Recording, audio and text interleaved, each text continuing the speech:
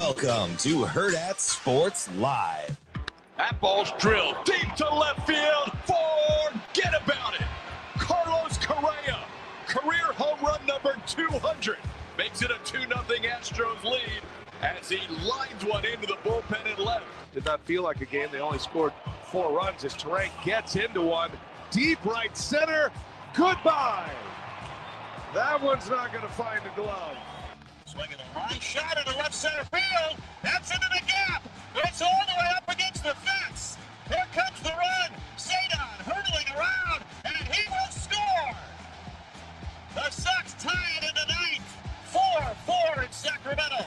I think the number one thing from week 1 to week 2 is I just think our guys played harder, executed faster, which allowed them to play faster and more physically. You know, we put some things into, I think, to help them schematically, applying some more pressure to the run game, which I think also helped. Really what you're trying to do, you want to stop the run and make sure that you're forcing teams to pass. I think we have figured out, we knew through spring and then through training camp, kind of the strength of our defense is our ability to play the pass when the pass is expected. So we've got to get the teams behind the sticks a little bit to do that, solidify some of that stuff we're doing in our run defense and allow our guys to rush the passer and play coverage and be multiple with some of our coverage systems. So hopefully we can keep working in that direction with how we kind of package everything together. Good morning. Welcome into Hurrdat Sports Live, presented by Centris Federal Credit Union. That's DB. I'm Ravi Lulla here at Hurrdat Sports Bar and Grill. What's up, DB? How we doing? You know, I think I'm going to be nice this morning. Nah. I was going to say something nice to my guy Shane over here. What'd he do? Even though I'm in kind of I'm not going to lie, I'm not in like the happiest mood. Right. I'm watching things last night. I'm going through the internet, trying to make sure I'm ready for the show this morning. And I go, yeah, it's kind of a long shot. Brock Purdy's going to play this week. Yeah. And then we got the Christian McCaffrey calf cramping up again. And then we got Trent Williams, who's 100 years old. And I'm like, you know what? Not a great way to go to bed. Don't love it. Yeah. Here's the one bonus. You get the Saints. Yeah, the schedule is horrendous. So maybe that'll keep you in it. I hope so. If they can't, I'm going to be honest. I'm not sure who I take in a bad quarterback draft between Mac Jones and Spencer Rattler, but it's an argument. That's a discussion we're going to have. Oh, give me old Jack Stack, Mac Jones. You know, there's it's actually good little offseason signing now that this is a thing. It's a good backup quarterback if you don't have to use him. That's tough. Not everybody can beat TJ Lateef. I know. Listen, that's all I'm asking. I feel a lot better about myself because I did not sleep very well. Yeah. And this is where you're like, well, no. I was going to say, is that different than normal? Total first world anxiety. Okay. So it's about 25-ish last night. Okay. Phone's on about 14%. Right. Run a little low. I'm here and there in the house, not always kind of near my normal charging. I'm like, okay. So about 8:40, this thing just cuts out. Just dead. Dead legs. So I'm like, no problem. Mm-hmm. Right. Makeshift charger, put it on the charger. About, I don't know, 10:20, I want to see what the bullpen did for the Dodgers. Okay, fair. Okay, because at that point, I don't know, 7-0, 6-0, something like that. My phone wouldn't turn on. I'm like, this thing is like... It's not great? It's dark. So I'm just holding the buttons, hoping this thing, like... Come back to life. Yeah. Yeah. Nothing. I'm like, fudge. No lights, nobody's home. Nothing. Yeah. So, I don't know, about 2:20, I tried again. I mean, can you see the little indentation in my pointing finger and my thumb from holding this thing so long? So was the charger not working or the buttons weren't working, or we don't know? So I don't know. Okay. So it won't hold a charge. So finally. But this was an unusual charging setup. Very. Okay. So I go. Important factor here. I'm like, okay, let me take my AirPod charging thing out because it uses the same connector. Yeah. Let me try that. So after about 3 minutes, it actually like showed the lightning bolt, like Oh, flash. like it's actually charging? So I was like, oh, man, I might have just been out. Yeah. Well, it wouldn't hold. So it goes back dark at like 4:40. And I immediately thought, this is how I think. I'm like, shoot. I'm going to have to go right to the phone store right after the show. I have no idea how I'm going to, if I need to. Like, what if they said, hey, you need a new phone? Yeah. Or whatever. I was going to have to move money. Then I was like, well, my banking app is on my phone. I can't see my screen. Then I was like, well, I'll just send an email. I was like, wait a minute. My Hurrdat Sports email is on my phone.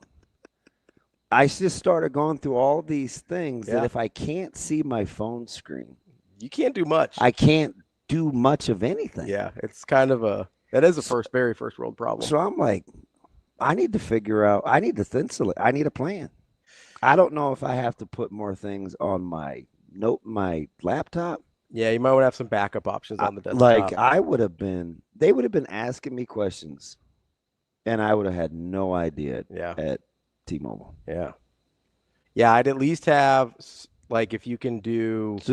So your boy, I had like some serious anxiety from like 210. I would get that. Yeah. So I'm gonna try to put this thing on the charger. Stop laughing. See what happens. It's not funny, Shane. See what happens. I wasn't laughing. It won't hold. Now you're gonna want to have some stuff. It just went dark like that. It did, yeah.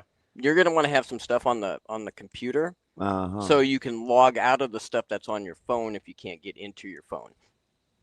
Does that make sense? I don't know what he's saying, but I don't know. I don't know necessarily if you want to hand your phone over and it still be logged into your bank account, even though you can't see the screen.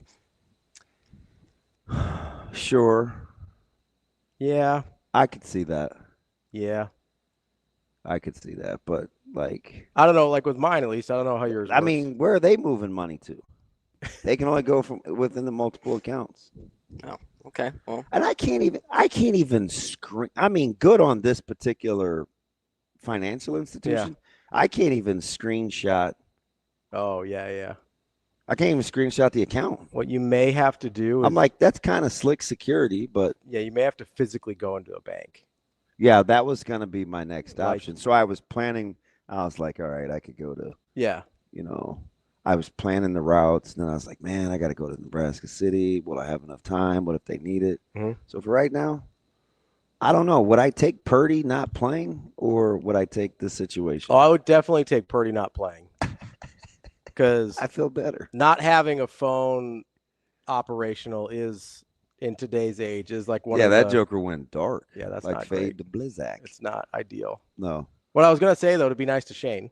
Oh, to get all the way back. As I appreciate, even though the Red Sox lost in walk-off fashion and Aroldis Chapman gave up his first hit in like 45 innings or whatever. You had to catch all the Lawrence Butler interviews? What I appreciate was... Did you know that was his name? Did he look like a Lawrence to you? Yeah, it looks big Lawrence energy there. Wow. I appreciate that Shane... What name were you thinking? No. Lawrence. Not off the top of my head. I appreciate that Shane pulled the clip of the Red Sox tying it in the ninth and not blowing it in the ninth. Saying that's very nice of you. See, it was. That's why I wanted to give my guy a shout out. I appreciate it. Even though that you could have picked any of the Dodger highlights up until it was 9-0. Even though it sounds like every game that's played at the A's, AAA stadium sounds like it's being broadcast from a tin can. And Sacramento. Yeah, that's They don't call it Sacramento for nothing. Yeah, it didn't sound good. I appreciate that, though, Shane. Thank you. See, I was listening to kindness on the way over. I'm over it with Pat, the producer. Mm-hmm. He's making fun of people that have bougie travel hangups. Like what? Well, Canty was having a meltdown. He had a Sasha moment. Okay. Over somebody spraying cologne on his flight from overseas, and he was mad because it was a cross between BO and whatever the cologne was. The fragrance. So they're in Milwaukee. They're in Packer country tonight for the Thursday night game. So he was just talking about all the things that he was over about people that fly, because in essence it's first world problems. Mm-hmm. So Michelle got into this thing that she did with what's his buckets.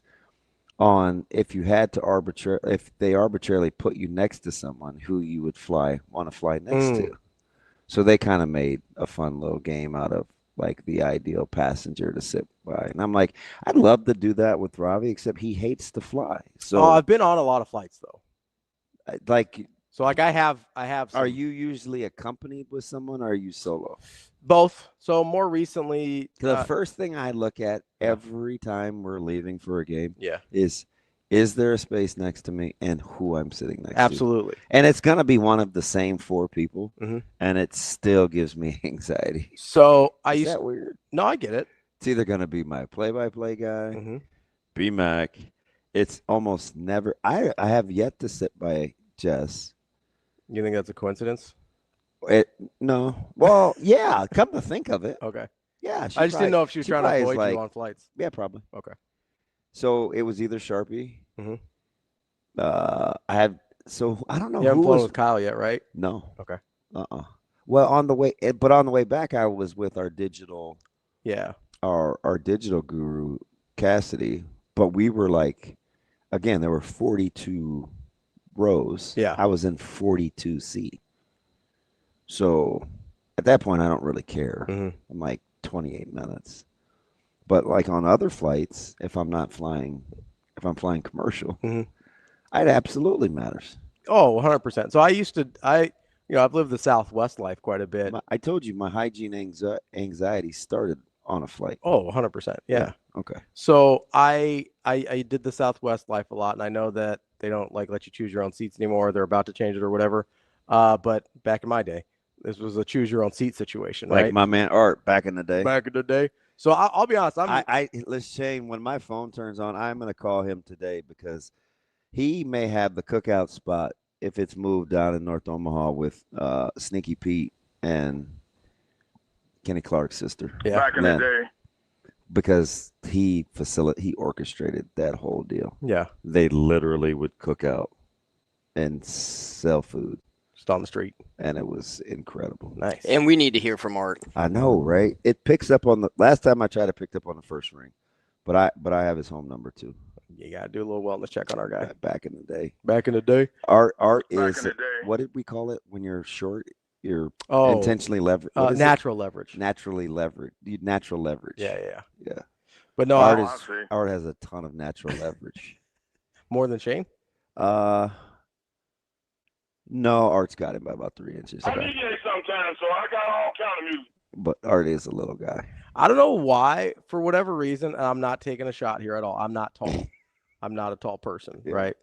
For whatever reason, I had pictured Michigan Lance as much taller. Yeah, you guys have about the same frame. Like I had imagined him I was thinking like ex-offensive lineman or something. Yeah. I don't know why. Like I was thinking of a big, like behemoth of a guy. He's not a big guy. No, he's like a normal sized guy. But Yes, indeed. because of what I had in my head, I was like, oh, he's much smaller than I thought, even though he's a very normal sized dude. Yeah, there's no reason for all that. You ain't got to do that right now. But I like, right. In my head, I'd never talked to anybody about what he looked like. I'd never seen him. I've never even seen a picture of him, which is why at 7-on-7 last year, I like walked right by him like, oh, hey, what's up, man? I had no idea who he was. On the heels of that, I have an interesting story. Yeah. So I was picking up. There was homecoming parade, which I may or may not have circumvented. Yeah. So I was at home for wow, quite some no time. school spirit. Wow. I got plenty. Wow. But I was getting a sandwich in said neighborhood. Mhm. Now there's 3 sandwich, but you know where I live, so there's 3 sandwiches places. Oh yeah, very close. So I'm not putting anybody on blast. But I was like, hey, can I get such and such, the sandwich? So no harm, no foul, right? I pull up, dude slides the window open, and he goes, "Oh my God." He said, "You sounded white. That's weird." Well, you gotta understand though. You know what's funny? Save it. No, it's not about you. It's not about you. So I go, "Is that right?" I said, "Why you say that?" "Oh, I don't know, man. It just," and he was a kid. He's younger. And I said, "Oh, hey, where you go to school?" He's like, "Well, I go to such and such school." Mm-hmm. And I had on my West Side sweatshirt. He goes, "Well, we don't suck as bad as we used to, but we were pretty good against such and such last week, but not what I expected when you gave me your order. I was like, wow, I kind of feel like that's inappropriate.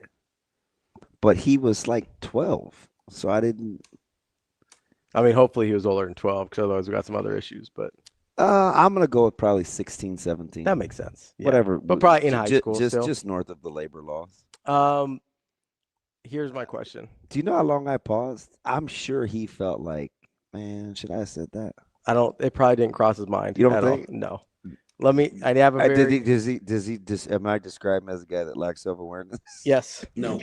Let me ask you a very important question here about this individual. Yeah. Did they look like you, or did they look like Shane? They look like Shane. Oh, that's real bad then. Oh, yeah. I felt some type of way. So he had a Real lot of bad. leverage. Yeah, lots of natural leverage. Lots of natural leverage. I felt some type of way. Because I'm gonna be honest, if it was somebody looked like you, Yeah. I feel like you got a little more leeway to ask that question or say that statement. If it's somebody looks like Shane with a lot of natural leverage. Yeah, man, that's what he hit me with. That is an aggressive thing to say. I felt some type of way. I feel some type of way. Aggressive. Like, He's like if Rico, can I just say something? If Rico says that to you, that's one thing. If Austin says it to you, it's and it another. was the first thing he said. He didn't even apply my QR code yet. That's wild. That's out of pocket. I let it ride. You had me at hello. And it's somebody who says, "Hey, where'd you find my friend?" You big Renee Zellweger guy? Not like in my real life. I like that show. You like that movie? Yeah. Big Jerry Maguire. Show me the money.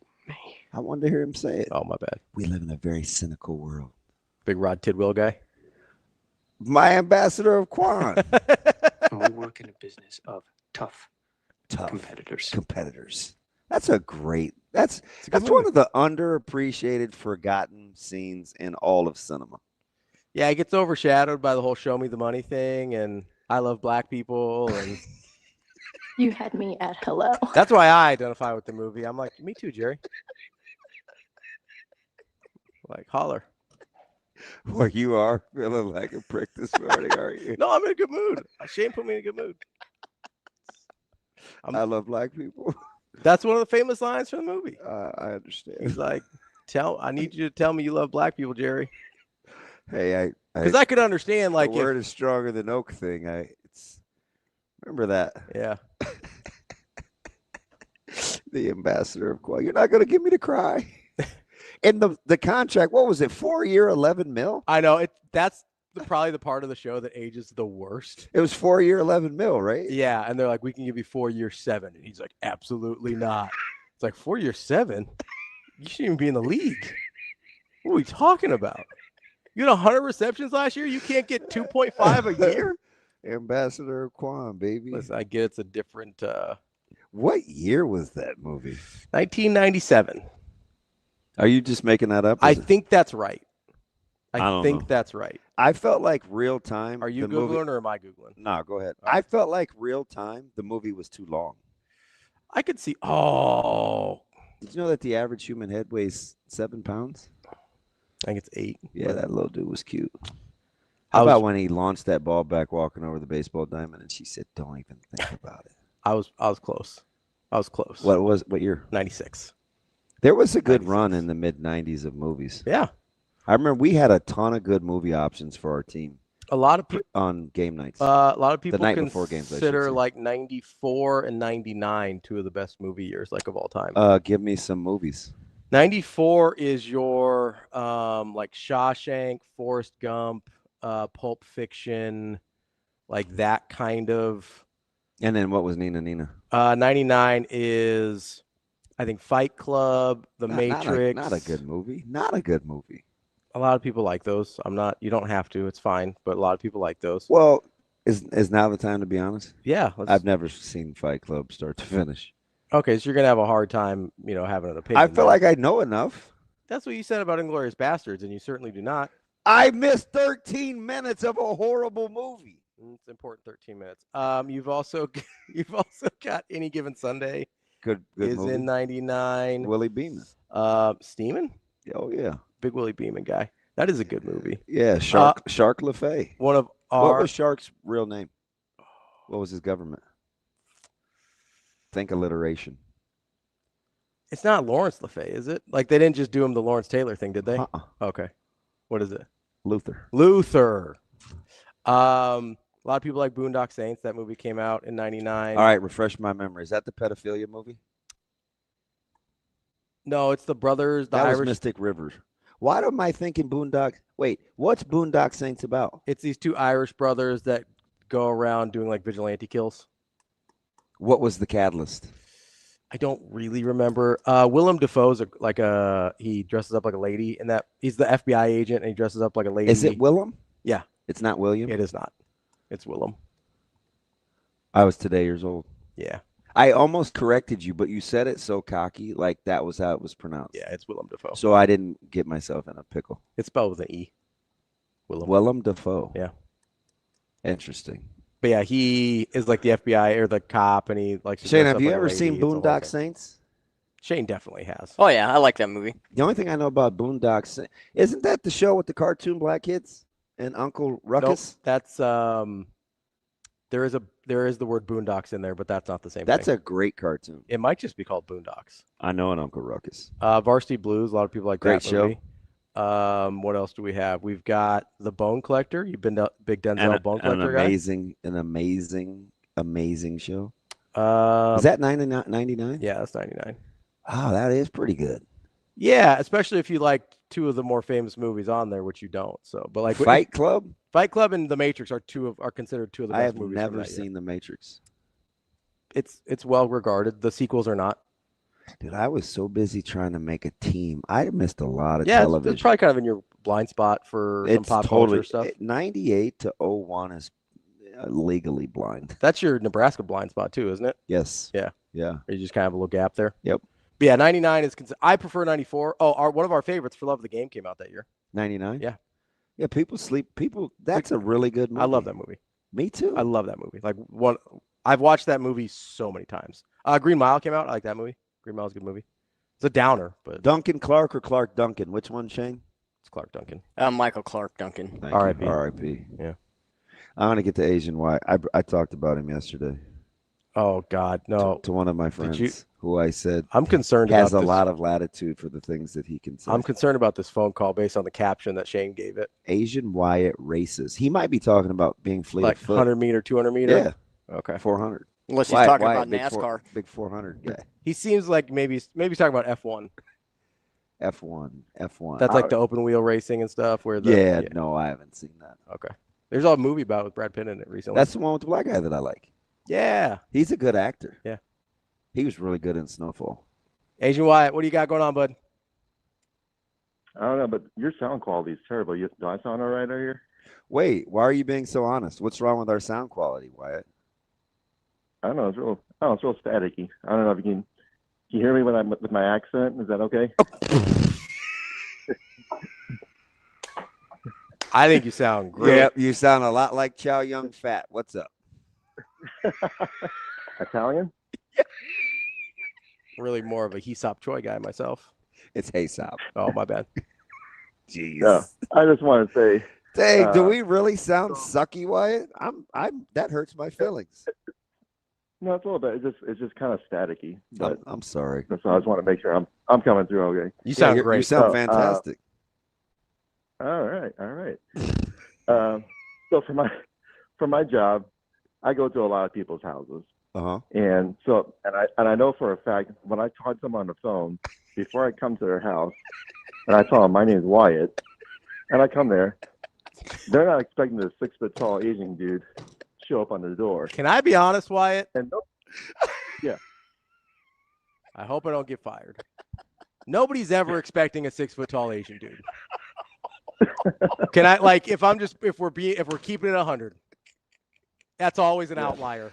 Is this on the heels of the guy at the sandwich place telling me yes I sounded white? Yeah. So listen, as a 5'9" Indian guy, I understand. I'm on the taller end of that demographic. Well, at least Ravi well. keeps you yes. in the hunt. It does. But yeah, I'm just there was probably a lot of surprises for those people. And Wyatt may have been third on the list, if I'm being totally clear. Well, So, is Wyatt in the same? Is Wyatt in the same vein as like Tom or Mark or Jeff? I mean, it's got White in the name. The only other minority that I know named Wyatt is Wyatt Cenac, and that's it. But nobody's ever said anything to me about, like, because I know, like, they're surprised, but they'd never say anything except for one person. And I get there and she's like, "You don't look like you sound." Do you know how many times I've gotten that? It's so annoying. Like, how am I supposed to? That was like the thing at the old place at the radio station. Everybody said that about me. They're like, "Oh, that's not what I expected." Oh yeah, my mom. Your mom? My mom's guilty of that. Severe did it when he first met me. No, he can't talk. Very little latitude for that guy. Which kicker, baby. Which, by the way, he led me down the proverbial primrose path. He sent me some documents, and I wanted to not have to see him to give them back. I wanted to do them electronically. And I said, "Hey, can I do this like an e-doc?" And he's telling me that there's a tab that I can use to make anything an e-doc. Is that true or false? Oh, I don't know. Why? That's in your wheelhouse, isn't it? Why would that be in his wheelhouse? Why would that be in his wheelhouse? I like because he knows a lot about a lot. We're just coming out here. We're just like, Wyatt, what do you work with technology for a living? Do you work with technology for a living, Wyatt? I mean, I'm direct profession. I'm not bad at it, but it's not my profession. Yeah. So why are you asking the Asian guy about computer? Because he knows a lot about a lot. I'm just saying. Feels a little stereotypical. I mean, Why can't we just go with Tom and Mark? Don't ask him to do math either. That's not fair. Wyatt, are you good at math? I am kind of a gen of all trades, but wow, I'm average at math. Okay, all right. See, or gen of all trades. Did you have to slide that in? I know the difference between gen and gen. Did you hear it? I did that time. I think that's the first time I've heard the difference. That's not true. That's not true. Well, just when I thought you were back on the good side, you are going back with the old Sith Lord. That's cute. Hey, I didn't call you Damien. At least that going for me. Hey, by the way, I got some eggs that are of the fresh chicken variety, like straight out of the old hen house. Is there possible that they could have an aroma? An aroma? A scent, a smell. Something that is particular to the eggs. I mean, I've never noticed. Okay. It's more visual. Might be the fridge. Than anything. Yeah. So one thing I got over is none of them are like the same shape. Some are like teeny, some are like big, some are light brown, some are dark brown. Just like our show. Here's a good thing for you, Damon, though, is that fresh farm eggs, as long as they haven't been washed, yes, you can keep them out. You don't even have to refrigerate them. You can eat them all you want for like at least 2 weeks. Wyatt, do you cringe at my food storage habits? Because I feel like Ravi's made this a bit. I mean, I do. I am a man of. I do believe in science, so that's one.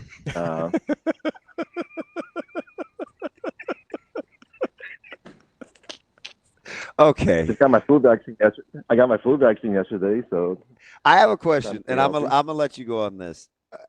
What of my takes on storage is the most egregious? Because some you have to be like, oh, that's not that bad. Ravi's just being a baby. Yeah, I mean, I have something that's left out for like the day of still, like 3 hours maybe. It's a little bit over what they're recommending. That's fine, but if it's the next day that's been sitting out, then I'm like, oh, okay. The overnight kills me. The overnight kills me. Yeah. And I'll be honest, the one that sent me, because there's some that it's like, okay, I don't love it, but I can live with it. The one that sent me was the shrimp. After the overnight shrimp, I was like, GTFO, bud. What are we doing? That's fine. Yeah. What about chicken or a steak? I just finished the ribs. They were fantastic. And I didn't refrigerate those for 3 days. 2. Yeah, of all those steak, and I'd probably is probably the least egregious. Then probably steak, pork, chicken, and then shellfish, seafood. Gotcha. Seafood's definitely the worst one. All right, what? You definitely don't look like you sound. You don't sound like you look. I'm just saying. I think you sound and look great independently, and I have no opinion on it. All right. Ciao, guys. Everybody forgets Wyatt's Italian. We're just going to call him Italian Wyatt. I feel like that should have moved my needle a little more yesterday. I was just trying to get home, man. It was like 8:15, and I didn't want to leave to begin with. I had been home since like almost 7. Johnny Pig, take this for what you will, says farm fresh eggs should not smell. If they do, that's usually a sign of bacterial growth. Now, I know typically you don't care about bacterial growth. It's not true. But just a heads up, that's what Johnny Pig is saying. It's not true. Yeah. It might be the fridge, but everything else was vacuum sealed. It had like beef sticks, but I cleaned the fridge. It's fine. I was going to say, you don't seem like a person that's fridge is going to smell. No. Like it seems like you stay. And it's a little one out in the garage. And anything that might smell, you left out anyway, so it's probably not in the fridge. It's not true. So I'm You did shame me into getting rid of a perfectly good chunk of ribeye. I did 2 fillets, 2 ribeyes, and there was like this mushroom rice that Micah liked. So he wanted it for lunch Monday. It's fine. Stored it. I put the cap, which is the best part of the ribeye. I put it in a Ziploc bag. It's only like it's like 2x2.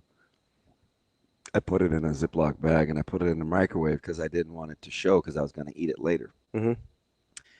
I saw it yesterday after work because I don't cook in the microwave. Yeah.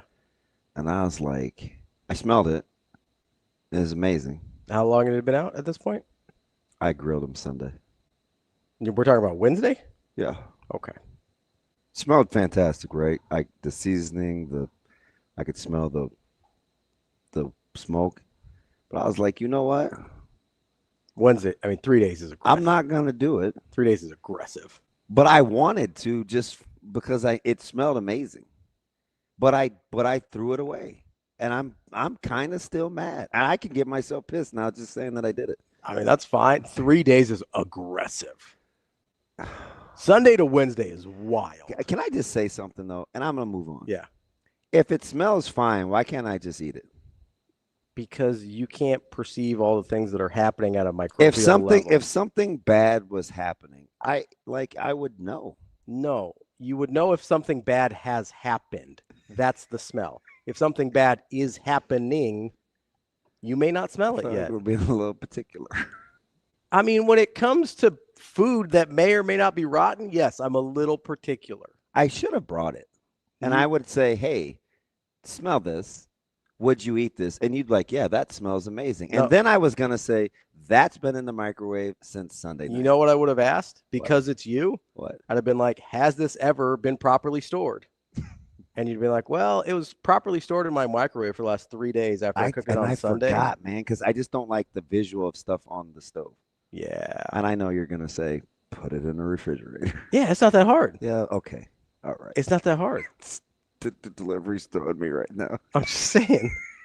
Like, if you literally did the exact same action to put it in the microwave that you would have had to do to put it in the fridge. Yeah, but have you ever tried to reheat refrigerated steak? Bring it back to eating temp versus just room temp? Yes, I have. It's not ideal, but it's leftover steak. You it's boil hot dogs. Like, what difference does it make for you? To be clear, I don't boil anything. You put them in the microwave, which is horrible. I don't generally cook. If I'm going to get a hot dog, I'm probably Have you ever? Do you prepare hot dogs in the microwave? I don't prepare hot dogs at my house. Have you prepared hot dogs? When I was like in like high school, yeah. Okay. You said you go to Costco. Yeah, I live 30 feet from a Costco. If I want a hot dog, I go to Costco. I don't know why I felt like I was going to feel better after this segment, but that seems I don't. Incredibly unlikely at any given moment. Yeah, Wyatt threw me at the end. I thought he was Team DB. The chow was pretty funny. Yeah. Oh, I'm telling you. He's funny. Dude is funny. I like Wyatt. Yeah. The other thing is, how many times You had me at hello. How many times have you eaten something? You're like, oh, this smells great. and then you have an incident where you're like, oh, my stomach doesn't feel that good anymore? Probably a handful. Okay, so maybe the smell test isn't the best way to go. No, I told you. I think it's the hickory or mesquite from what I was cooking with. I had to change my wood. Okay. Let's blame it on the least likely variable in that situation. And I've swapped out some seasoning choices. Okay. I have about 39 trillion options. So we're gonna say it's more likely the seasoning than the meat that has not been properly kept. It's a big, thick, dense cut of meat. Yeah. You cut up the dumbest things. Like, why was that important? But his sausages were huge. This is just. I'm not doing it. That's Shane. You can't blame me for that. I'm just sitting here. Why is that funny, though? What are you, what are you, 7? Yeah, a little bit. And you're even worse for cutting it up. Well, I know. So Yeah, I know. Just move along. At So some point, we'll get back to sports. T-Mac says, Ravi, it was stored in the magic box. It's fine. No, that was the oven. so does reheating it? I paused that day. I caught myself. You should have let it go. No. So if you I put gave it serious Let it thought, go. and I was like, "Nope, not doing it." so Not doing it. if you have food in the microwave for like a couple days, let's just say, and then you reheat it afterwards, does that make it better? No, it does not make it better. They literally call it the danger zone. Can you put it in the air fryer and it'll make it Somebody better? sent me a chart on. Yeah, it was VJ who owns and runs a restaurant. That's why he knows. Oh, was that VJ? Yeah. Unless somebody, cause he sent me a chart. Unless somebody else sent you a Nah, it was probably VJ. like he is in the food. He's in that business. he knows what he's doing. He made some wings. You've got for me 4 one time, hours at room temp. fresh off the smoker. Yeah. And I had access to the place at odd hours. So he's like, "Hey, they'll be ready for the game, but you can stop up early before everybody gets here." And even those wings that were fresh off the smoker, I had to let sit for a while. Not a long time. I ate them that morning, but Yeah, that's fine. If you're not dealing with it like under 4 hours, that's your time frame. You got 4 hours. that's generally speaking. You got 4 hours. It's not true, man. With meat, it's 4 hours. That's the rule. And listen, I'll give you a little leeway if you're like, man, like it's like I'll give it like 6. Can I ask you one more I'm not question? going to give it Sunday and to Wednesday. Does it depend upon the meat? Could it be pork and it could be different? Steve, by the way, says salmonella, listeria, or E. coli can multiply on food without changing its smell, taste, or appearance. Just for what Wait, that's what worth. is listeria? That's like olden days. It's Nobody gets that anymore. That's not true. There's outbreaks pretty frequently. That's like some 1700s type stuff. Nope, you're thinking of a different type of steria.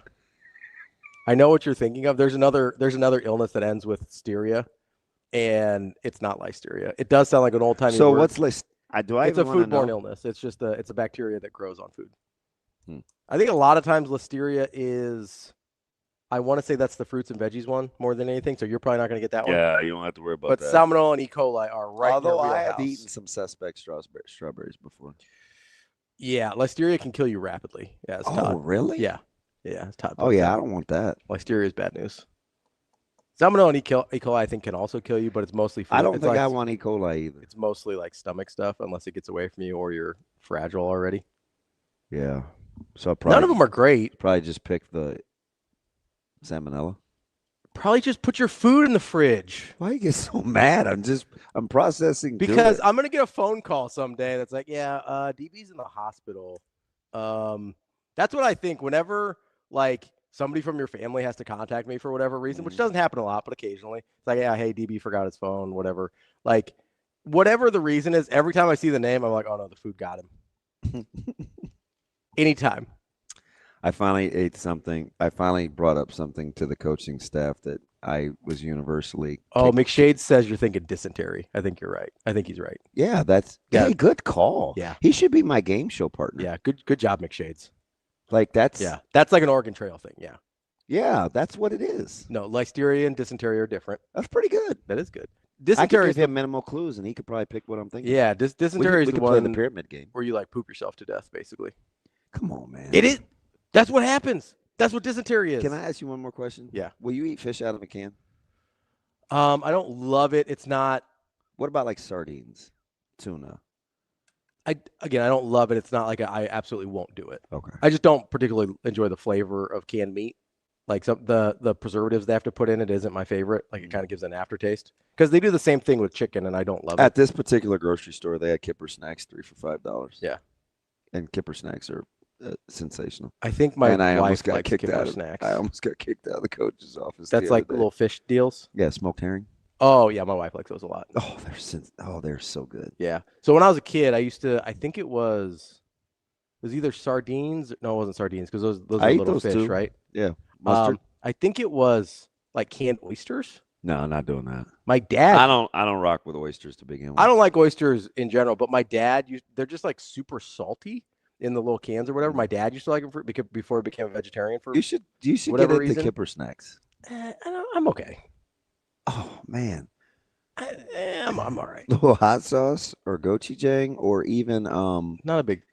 What kind of hot sauce are we talking about? So I'm particular. So yeah. There's a couple, like Texas Pete's or I like Louisiana. I need ones that aren't. But what's the squeeze one that like we couldn't find for so long? Oh, sriracha? Yes. I like that. We have an industrial size one now. Sriracha's not bad. Micah runs through sriracha. I don't love any hot sauce that's like a real vinegar forward hot sauce. I do not enjoy. Doing too much. What? I mean, I don't like the flavor of vinegar. So if I taste vinegar in the hot sauce, I'm out. Mm. It's the same thing with wings. That's why I don't like regular buffalo wings. Some of my meats I spray down with vinegar. Absolutely not. You wouldn't be able to tell. Absolutely not. If I can't taste it, I don't care. You can do whatever you want to it if I can't taste it. Except leave it out for 3 days. Apple juice, and a little splash of. If I can taste it though, I'm all the way out. If I can smell it, I'm certainly out. Vinegar? Yeah, it's the smell of vinegar makes me like, because I guess it's good for like cleaning things sometimes. Yeah, you need to talk to. I had to the Maple Village lady. I had to be like absolutely no vinegar cleaning in the house. Like this is not happening. So it makes me like viscerally angry. There's a portion of my people now that I follow on TikTok. Like West Side people or foodies? The great debate is, do you wash your chicken? And a lot of people that look like me have now gravitated towards washing their chicken in water and vinegar. And I don't know about the whole vinegar. Not doing the vinegar. I'm out. A little bit of that W side. He's not. Out on that. Ravi doesn't like him because he thinks he resembles people that sound like me, but he doesn't look like me. I don't like him because he's always yelling at me. That's not why you don't always like yelling him. at me. That's not why you don't like I also don't care about his subject matter at all. Like that's if you're. And I also think he says some kind of gross stuff. I don't need that. It's weird. My mom made smoked ham hocks and black beans. What part is the hock? Well, what's a ham? I don't know what a ham hock. I've heard of it. I don't know. Like this, I think it's like the chunky part. I don't know what a hock is. I think it's like the chunky part of the leg. Okay. But it was very hard for me to part with because I got it from the processing. I got it from Elmwood, and I could smell it through the vacuum seal. And I was like, "This is gonna be great for flavoring." Oh, so I should not be able to smell it through the vacuum seal. So that's aggressive. A friend of mine at the grocery store cut up some steaks for him. My mom was like, I don't have a ton of steaks, and I haven't bought beef forever, so I had a big portion of meat that was gifted, and I had the shop cut it for me, 6 1-inch steaks. So I took them to my mom, and it smelled amazing. I was like, "What do you?" I said, "It smells like smoke." And she's not. It's 12 o'clock, right? Yeah. She's not like on the smoker. Yeah. And she goes, "I'm getting my ham hocks ready for my black beans." And I looked in the pot, and I was like, I had to send Jace a picture. I'm like, this is how good this meat is from the plant, because they did it in house. Yeah. They do their own smoking and curing. Nice. Oh, super happy. And I'm like, it. She sent me a picture last night. I'll show it to you. Would you eat black beans? I like black beans. Somebody's saying amazing Daniel saying it's the knuckle of a pig. Is it the knuckle? Which that sounds gross. So I thought it was like, I was gonna say the shin. Todd said lower leg. Yeah, so that's what I think it is. Okay. And I'm rocking with Todd, pretty much. I mean, he's almost batting 1,000. Yeah, we like Todd. Yeah. We like you too, Amazing Daniel. No, he's okay. That's my boy, though. He changed his Amazing Daniel's been like my sideshow Bob since 13. He changed the spelling of his name to DAN''L. He might be making fun of Severe.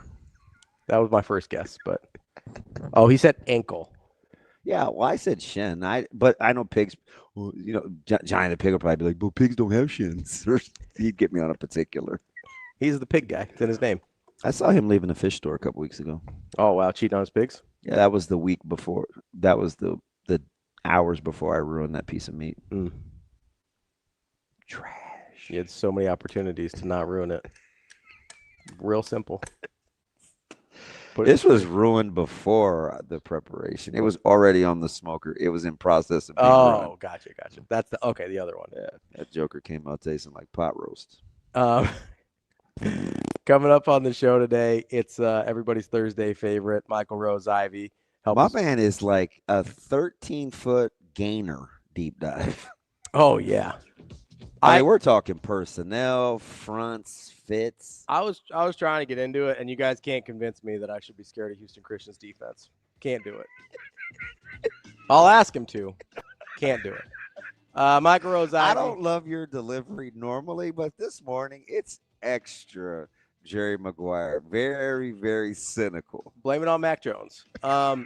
Michael Rose-Ivey coming up at 8 o'clock. 8:45, we got Brian Edwards, our Vegas insider. 9, our Thursday regular, Michael Bruntz. And at 9:45, we're going to talk a little more boxing with Canelo Crawford coming up with our guy Kevin Iole. And we've got lots of NFL, college football, all of the above on the show for you today. We'll be back. More Hurrdat Sports Live. A successful financial future is built one coin at a time. Whether you're just starting out or a seasoned saver, we've got the financial resources and team of experts who will be with you every step of the way. Centris Federal Credit Union. We are where you are.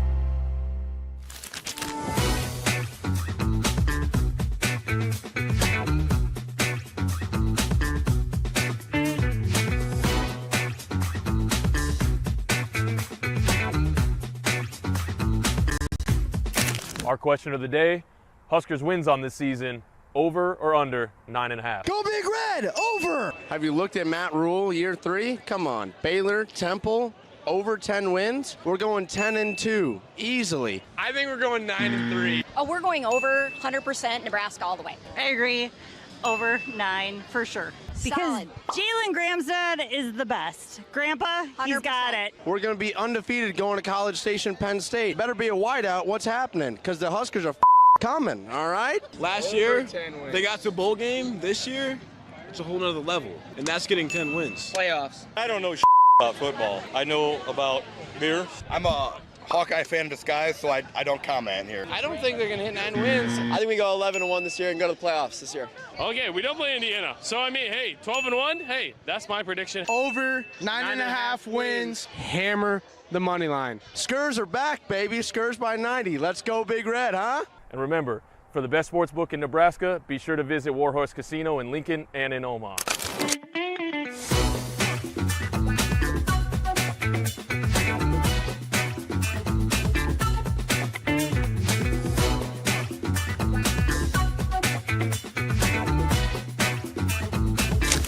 Yeah, I just think that college sports are such a big deal now, especially with media, social media, and like these players are put on pedestals, and at the end of the day, they're college students. They're, working to get their degrees. They're having, meeting new people. They're living away from home for the first time. So it's a lot. And then on top of that, to be such a public figure in their sports, it's really, really hard. And even as a player, I didn't have to deal with social media, thank goodness, and the media was much less. It was really just in your little bucket or bubble of Nebraska, and the way the players handle it, is pretty phenomenal when you think about it from all sports. You look at the football team and men's basketball, so just a lot, and just grateful that Nebraska is an athletic department that understands this and puts the resources in place to support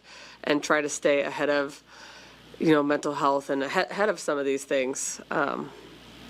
We don't, take that for granted that we're going to have moments that it's going to be really, really hard. And again, hopefully we're ahead of it to the point that we don't have somebody step away. But, sad news for them. Izzy's a fantastic player and such a great program. And I feel for what they're going through, particularly Izzy Stark.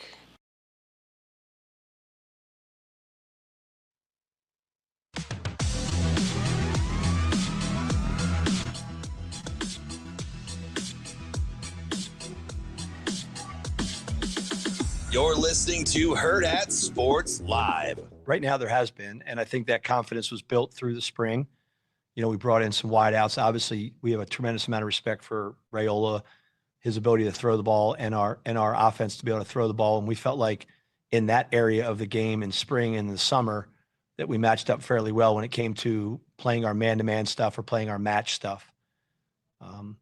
And so as that confidence built, you get into the game against Cincinnati and you're like, okay, we hear they have all these transfer wideouts that they're excited about. So we're going to see what we're about right away because we're going to play man.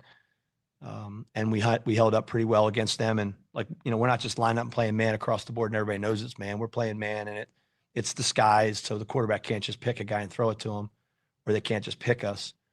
But those guys have answered the bell to this point through, like I said, through spring and training camp and the volume of one-on-ones that we get in our practices. And then obviously out in the game field in our first 2 ball games. So, I think that's something you have to be able to do. If you want to be good in pass coverage at any level, you watch games on Sundays, you watch games on Saturdays, like the best defenses are able to play man-to-man and win outside and win inside. And so far we've been able to do that. And hopefully as the season continues to progress, we continue to be able to match up. Welcome back, Hurrdat Sports Live. That's DB. I'm Ravi Lulla here at Hurrdat Sports Bar and Grill. Don't forget, if you're on the roads this morning, let's keep those eyes up and those phones down. If your phone's dead like DB's, you don't have to worry about it. But if it's not like the rest of us, make sure you keep that phone down while you're driving. Don't want to be distracted. You keep those eyes on the road. This message is brought to you by the NDOT Highway Safety Office. Man, I used to like you. Those about 10 minutes ago, that was cool. Remember those days? I think it's been longer than that. Like, what is wrong with you? I don't know. I was trying to integrate it into the show a little bit, make it a little more organic. Talk about phones. Your phone's busted up. What do you want me to do? Oh, God, you drive me off the wall. Robbie. What do you want me to do, man? I'm just out here. I told T-Mac yesterday. I'm just out here. Because he catches all your little slick comments. All of them. Even when you, keep it pushing. Just kind of slide them in now. I told T-Mac, dead dog serious, I said, at least once or twice a week, I have to check myself to not see if I can stop connectivity from your brain along your jawline. I know it sounded a little morbid, but I was like, he's nuts. And I have to really catch myself. Here's the thing you have to remember about me, though. This ought to be good. It's much like The Godfather. It's not personal. It's you're so dismissive of destructive, dysfunctional behavior. If I felt for a minute like I actually bothered you, I would self-reflect and stop. I really would. How many walks have I had to take? Yeah, I know, but you're laughing most of that time, so I feel like it's okay. It's a coping mechanism. Well, I can't help you there. I view the laughter as a sign to continue. Oh. So, I feel very encouraged when you laugh. Most of the time, I'm in shock that you said it. Whatever it is. Yeah, I mean, I get that there's a shock factor there sometimes. But if you're laughing, that, to me in my brain, that's like, oh, he likes it. Continue. No? Okay. No. Well, see, now I know. I don't it's going to change the behavior. It may or may not, but we'll see. So are we still debating what part of the hock, the ham hock is? I think we've narrowed it down to the leg for sure. I'm telling you, go with Todd. Well, I was going to Johnny Pig is kind of our pig guy here. No, he's good at preparing pigs. I don't know. Ham hock is the part of the pig that is lower portion of the rear leg below the knee and above the ankle. So shin. Yeah. I just didn't want him to make fun of the fact that I said shin. And DB pigs do have shins, and the hawk apparently is part of the shin. Did you not like that picture? It looked delicious, didn't it? It smelled amazing. That's not probably my mom's cooking portion of it. That was the smoke that came from. The finished portion looked good. The uncooked portion did not look great for me. Hey. Yeah, exactly. Well, the finished portion is what she had something to do with. The unfinished portion, she had nothing to do with. She's preparing it. I know, but it wasn't like I can't see the preparation in the uncooked part. Are you? It just looks like a weird piece of something. I don't know. I'm going to get her to be out on you, too. Good luck. Blah, blah, blah. I've been roasting her child on the air for 2 years. And she's like, I love that guy. He's so funny.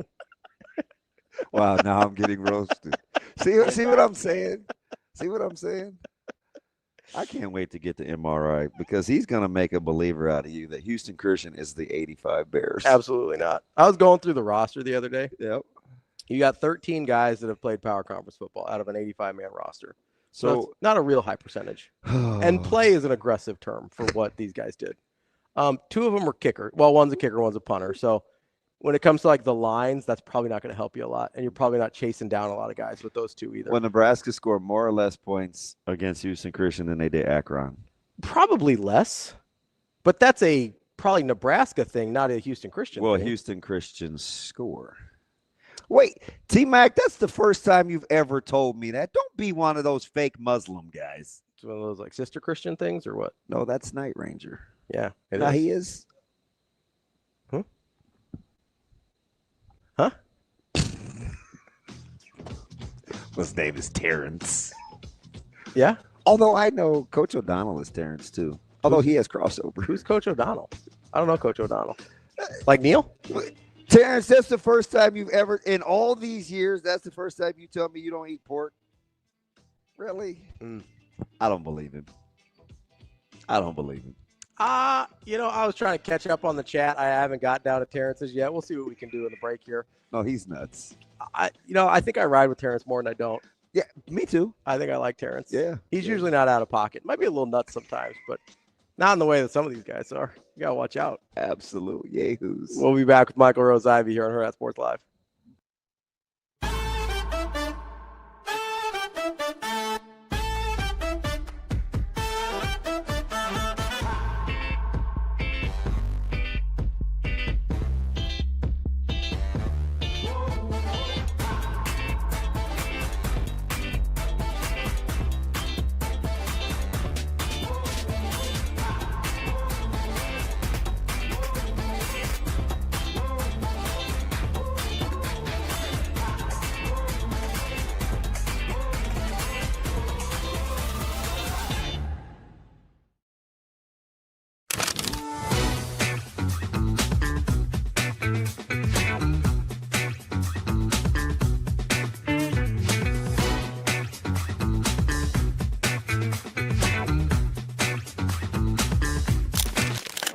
Aspirations can drive us.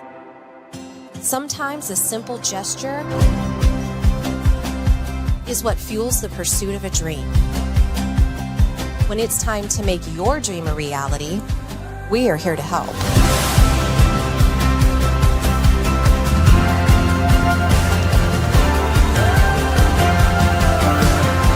Centris Federal Credit Union. We are where you are.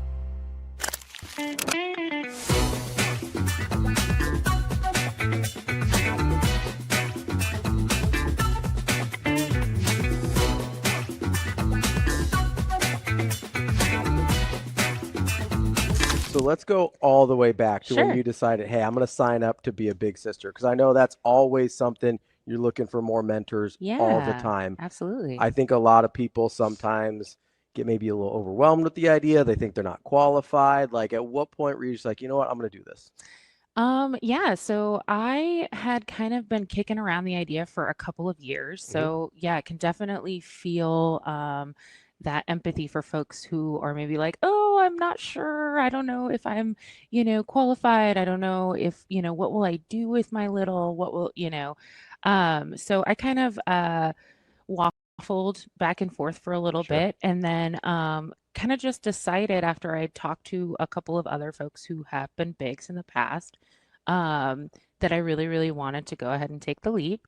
So I went ahead, I submitted my application, and then kind of waited for feedback, and then went to the initial orientation. Was just so excited, so inspired by the organization and by the folks who were actually doing our training and our orientation.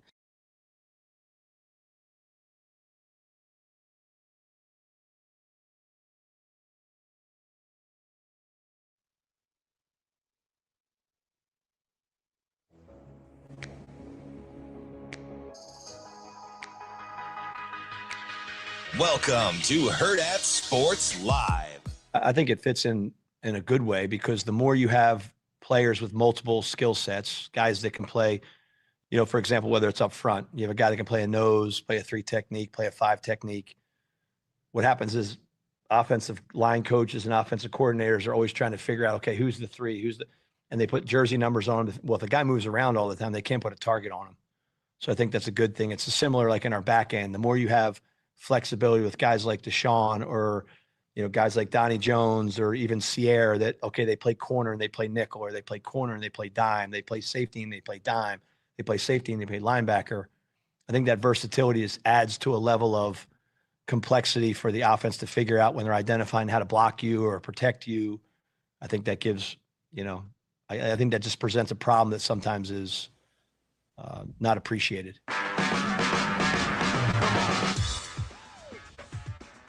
Welcome to hour number 2 here on Hurrdat Sports Live, presented by Centrist Federal Credit Union. That's DB. I'm Ravi Lulla. Despite all of his objections, he is back for the second hour of the show. I did take a break. Do we have MRI here, Shano? Yes, we do. We've got our guy Michael Rose-Ivey, former Husker, current high school coach down in Missouri. Michael, what's going on, bud? I'm good, man. Doing good. We're getting into the school. Been a good morning so far, so ready to continue that. MRI, this show goes everywhere. I'm a little off my rocker, so we've covered everything from foodborne illnesses to ham hocks. Does any of that interest you? Wait, do you not eat pork? No, I don't. Okay, that's not only new. on the rarest occasion. Yeah, if my dad throws something on the grill, we get a little taste test. I'm not gonna get a full plate, but I get a little taste test. Is he still a really good cook? Yeah, he's got his own barbecue company. Actually, he's trying to get going. Actually, not trying to. He's doing it. He's done some catering events. Actually, he did one for our high school for our golf tournament. Went really well.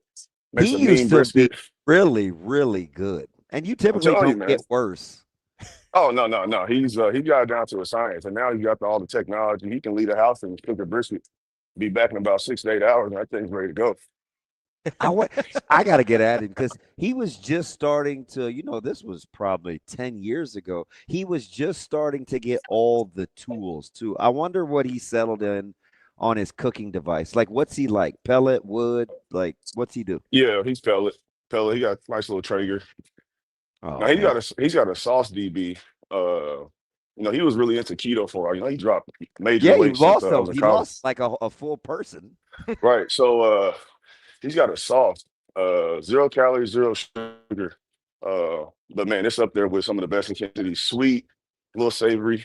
I don't tell you the secret how he makes it sweet, but it's on point, DB. It's on point. I'm gonna have to mess with him. Okay. All right. I'm yeah. I'm good. So on the rarest of occasions, if you're going to dabble in pork, what are you eating? Just his ribs? Whatever he makes? Yeah, ribs, whatever he makes. Yeah. Okay. But you're not like going to get a hot dog or a couple pieces of bacon or No. Beef, I mean, I'll do the turkey bacon and the beef hot dog. You know what I mean? There we go. He knows what's up. Oh, okay. So what's Junior eating?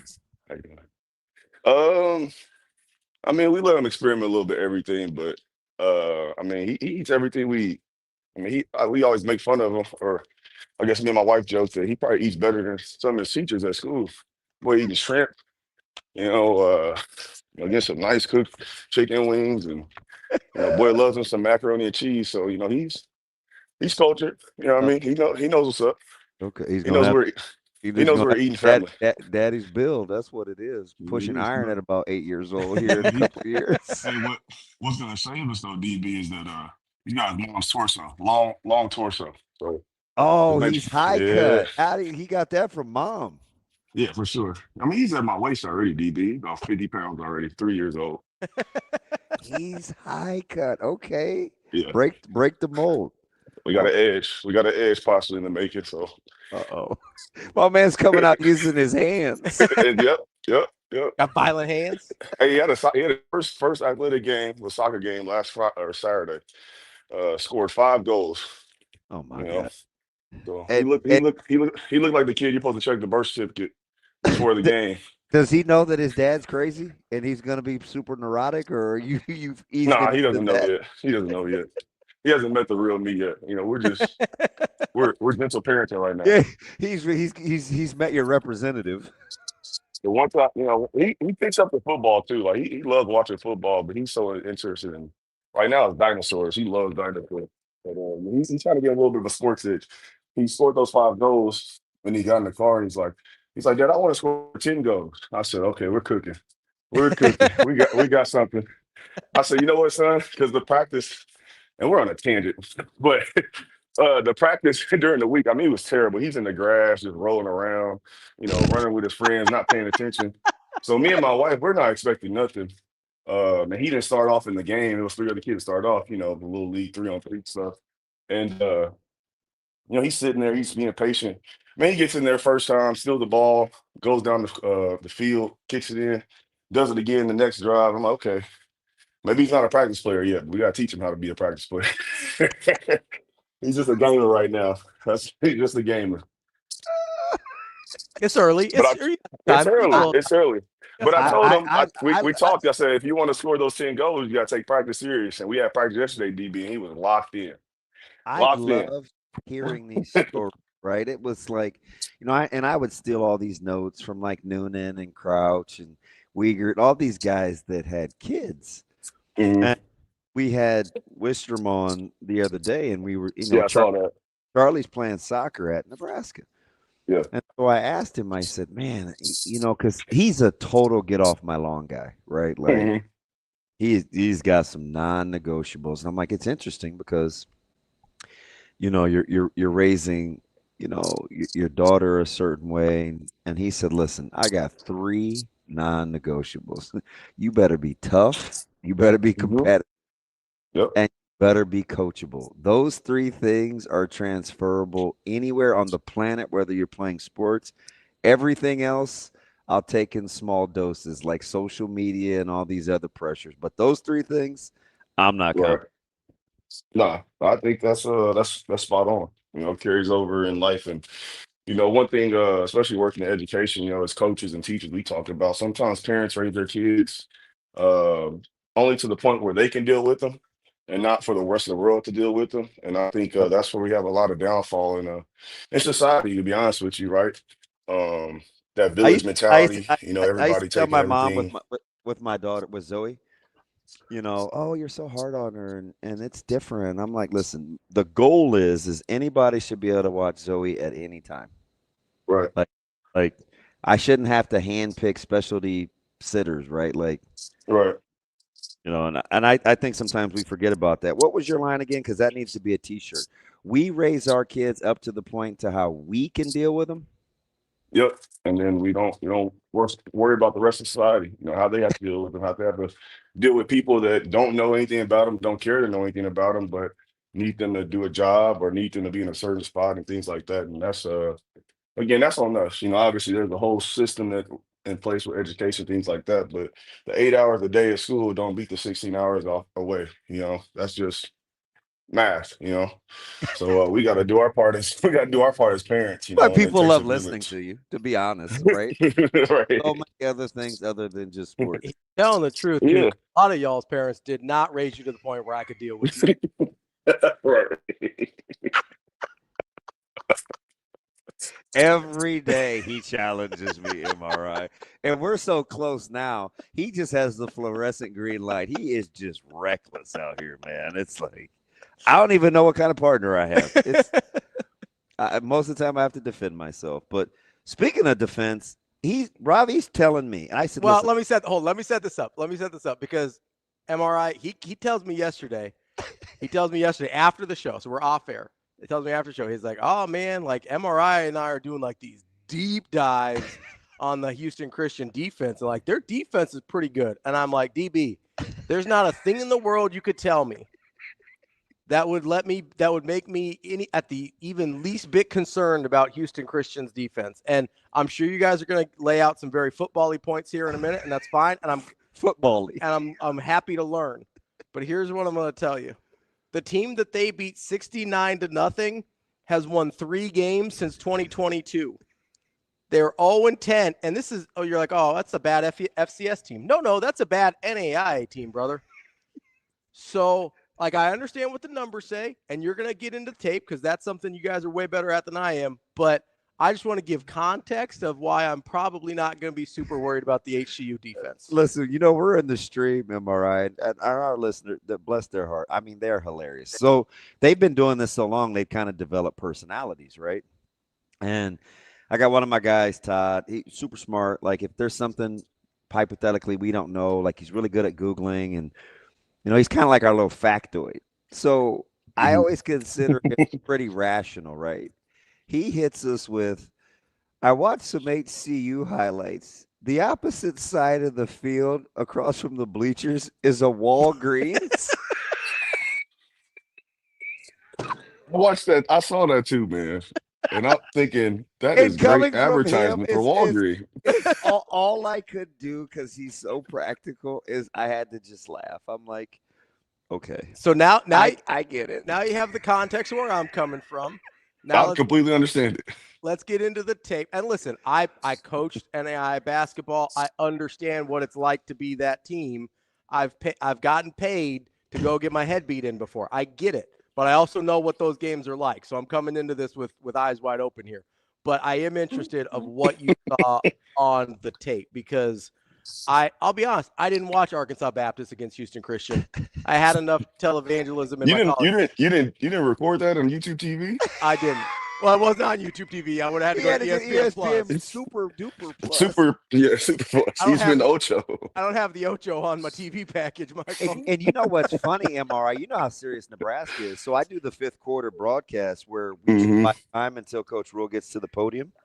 So I get on the elevator. I'm walking over to the complex right from the broadcast.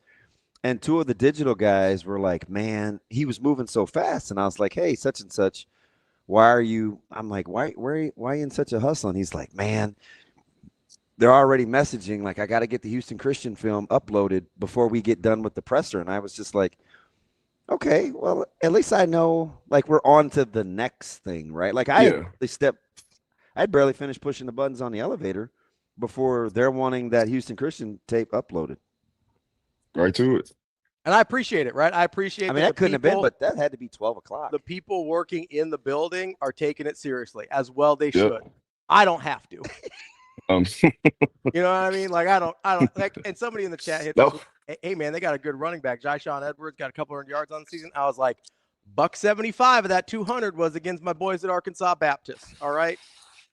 So, yeah, they didn't put that Eastern Kentucky film up. I tried to scorch the internet for that one, so that must have been must not been a good one for him. Must been a little rough. I mean, listen, if you only give up like 150 yards of total offense and you lose 20-10, something went very badly. Yeah, that offense. That was week 1. Yeah, so week 2 they played Arkansas back. Hey, I'm gonna give them the benefit of the doubt. They went back to the drawing board. They got their schemes right. They got what their guys can do. And Nebraska better watch out, man. It's gonna be a 1-quarter ball game. We gotta make sure we play. We gotta play 1 quarter. So in all sincerity, though, schematically, do you like the HCU is built kind of with their size up front? They do have some. Yeah, they do. Oh, yeah. I mean, when I look at their defense, I mean, again, it's from extended highlights, so you can't see every play, but some really big guys. They go through 3 and 4 man fronts. I mean, I'm not saying it looks like Nebraska's, but I can't tell their backside rotation if they got 3 safeties or not. But they're gonna present fronts that I think Nebraska's seen. I think the size is what concerned me, because we haven't been able to see our guys really, just really consistently on down in, down out maul. And you get those bigger guys, they may not be as skilled with gap integrity like that, but they weigh on you, DB, right? Ravi, you guys understand that, right? Yeah. They weigh on you. And so I think, especially with as much movement Nebraska does, I can really see with those bigger guys, right? Maybe ACU tightening their splits, not letting us be able to create penetration with our stunts. And that's where we kind of get in trouble where you have a running back who I don't how in the world I had to hit up Tim because Tim's my resident, recruiting How Texas he guy. wound up there? Yes. And I'm trying to Yep. figure out how the world he get there. He had Missouri, Texas Tech. I saw him on a visit at Oregon. Like, I mean, that talking about going from Phil Knight to Phil nothing.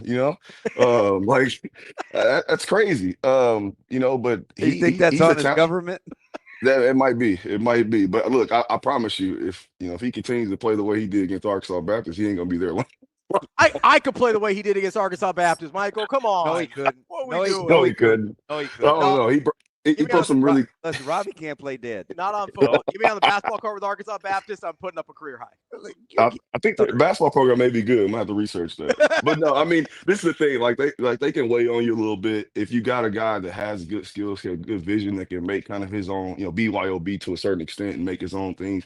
That's where it just gets a little dicey, right? I think the biggest thing what you want to see if you're a Nebraska fan, you're Nebraska coaches. You want a clean game. We don't want to go into that rule press conference with now, hey, this is the third game that we've seen this issue. How do you fix that before Michigan? Because there is no fixing that before Michigan. About that right now, we got what we got. Still trying to develop some guys. For that rotation. Obviously, talking about the left tackle kind of being solidified this week per se, without the oars in the depth chart. But we want to see a clean game, and I think the thing that can get us on the defense side is just if that guy starts to feel himself and starts to find some lanes we can't get penetration because those gaps are a little bit smaller and they're a little bit tighter, a little bit bigger bodies on offensive line. Same thing defensive line, right? Bigger bodies can weigh on you. I'll say this though. I mean, extended highlights. Their safeties fly though. Right? I like their safeties. Even severe, they fit in the run game, but they bring some. Yes, they fit in the run game. So I think again, early on, it's going to be something they haven't seen or whatever, right? Maybe the moment's too big for ACU and they just pitch down the leg from the first snap, right? But again, it goes back to kind of we talk about Akron, right? It's about Nebraska. You know what I mean? And how they go out and perform. They live up to the standard. We saw the speech at halftime. So I'm sure Rule, I mean, he's echoing that, right? That's probably been echoed throughout. So I think that's where the challenge will come. Now, this is not going to be I don't think a McNeese State situation like, that we are in, anything like that. So I feel confident they're going to go out and do what they need to do, but I just want to see, fans want to see, I'm sure the staff want to see, clean up the things that we have been bad in, and let's enhance the things we've been really good with. Dylan taking care of the football, the defense making crucial stops, right? The secondary, who I'll write their PFF grading right now at 92 or above, right? They're going to dominate this week. And you want to continue seeing the same things as been positive, but we got to fix those negatives going into a very, very big week versus Michigan. Hey, so let me ask you something, because we were talking about, through messaging, getting ready for Michigan and what Oklahoma did and some of these fronts. Oh my God, it was beautiful. So that score should have been a lot worse. It should have been. That's right. But MRI, I have said all off season, I love Oklahoma, especially defensively. Like, I've got them in the playoffs. I think better than the country thinks. I think the front four has 3 NFL guys. So I need to keep that in perspective. Yeah. I watched them against Michigan. How much are you balancing? Okay, Oklahoma's got some fellas, but I do like their scheme versus I like Nebraska's scheme. They're on some because there are some similarities in terms of what Nebraska's trying to do versus what Oklahoma was doing with fronts. I'll let you get into that. But how so far have you separated their talent and scheme versus Nebraska's scheme and talent? That's so hard, DB. You know that position. Like when you get that film of the other team, you could have, whatever scheme you run, but you see a team get dominated the way Oklahoma dominated Michigan, like, oh, we're doing exactly that. We're doing everything to the T of what they did, right? And that's kind of the hard balance because you're looking at, again, the skill set. That D-line, I did some little research on the D-line in the offseason. I mean, like you said, they got three guys that's NFL this year. I think they got 2 more guys that might be better than 1 or 2 of the guys going to be in the league this next year. Like, they have some depth. I think Venables kind of back in his comfort zone, right? Calling the defense again. And the similarities, like you said, are there. Like they run a little bit of that 3 high shellish a little bit. Venables can get really exotic with his looks as well. But I really didn't see a lot of exotic stuff. You know what I saw? I saw linebackers playing at 3 yard depth. They're not letting you hang on double teams and get vertical push with your double teams. You're gonna get off your double teams. We're gonna play one gap defense. Their safeties were flying. They moved their fronts. You saw a lot of, I've been calling them the breakdowns, the torch stunt. They're using different stunts to take away their inside zone and their gap schemes. And it really forced Underwood to have to be the guy to make some throws that he wasn't able to make. Got a lot of pressure. I tell you what, I was talking to Tim because we were talking about Andrew Baba Beloa or something. Aloha, yeah. Yeah, from Kansas City, who's hurt. And man, there's some. I want to see the pass rush be disrupted this week because I think there's some opportunities if we can get them in some long yard distance for our speed rushers to take advantage of their tackle, especially on that left side, man. There's some holes on this Michigan offensive line. It's not the old line of the Jim Moore, award-winning unit we've seen over the past couple of years. I think they got some younger guys, some more inexperienced guys that's up there. But again, it's so hard. You look at Oklahoma's talent and say, hey, let's do exactly that. But again, the X's and O's got to fit the Jimmies and Joes, right? And I think again there are some similarities that Nebraska can use, but again, it is very hard looking at how well they played against the run. They gave up 2 really big runs I can think of, And one they, long touchdown run. even on Haynes' long run, they had 2 free runner hitters, right? You just 2 free runners just overflowed. Yeah, you just play cutback a little better, and Yep. that might be a 1 yard gain. But Yep. the one thing that I do think, there's a couple things that I think are really coachable in terms of being similar, are those violent hands and gapping Michigan out, right? Yep. Because, but I have to see how it fits. I'm curious to get your thoughts. If it's truly going to be my man, my fit, and you get all that motion, and they run the little bow and with the eye candy, does that concern you at all if you aren't getting those havoc plays up front? Yeah, it does. I think Michigan's receiving core hasn't been able to display how I think talented they are, just on the inconsistency of Underwood and maybe a limited route tree and things like that. They got some guys. Yeah, I don't know how explosive they are outside the numbers, to be honest.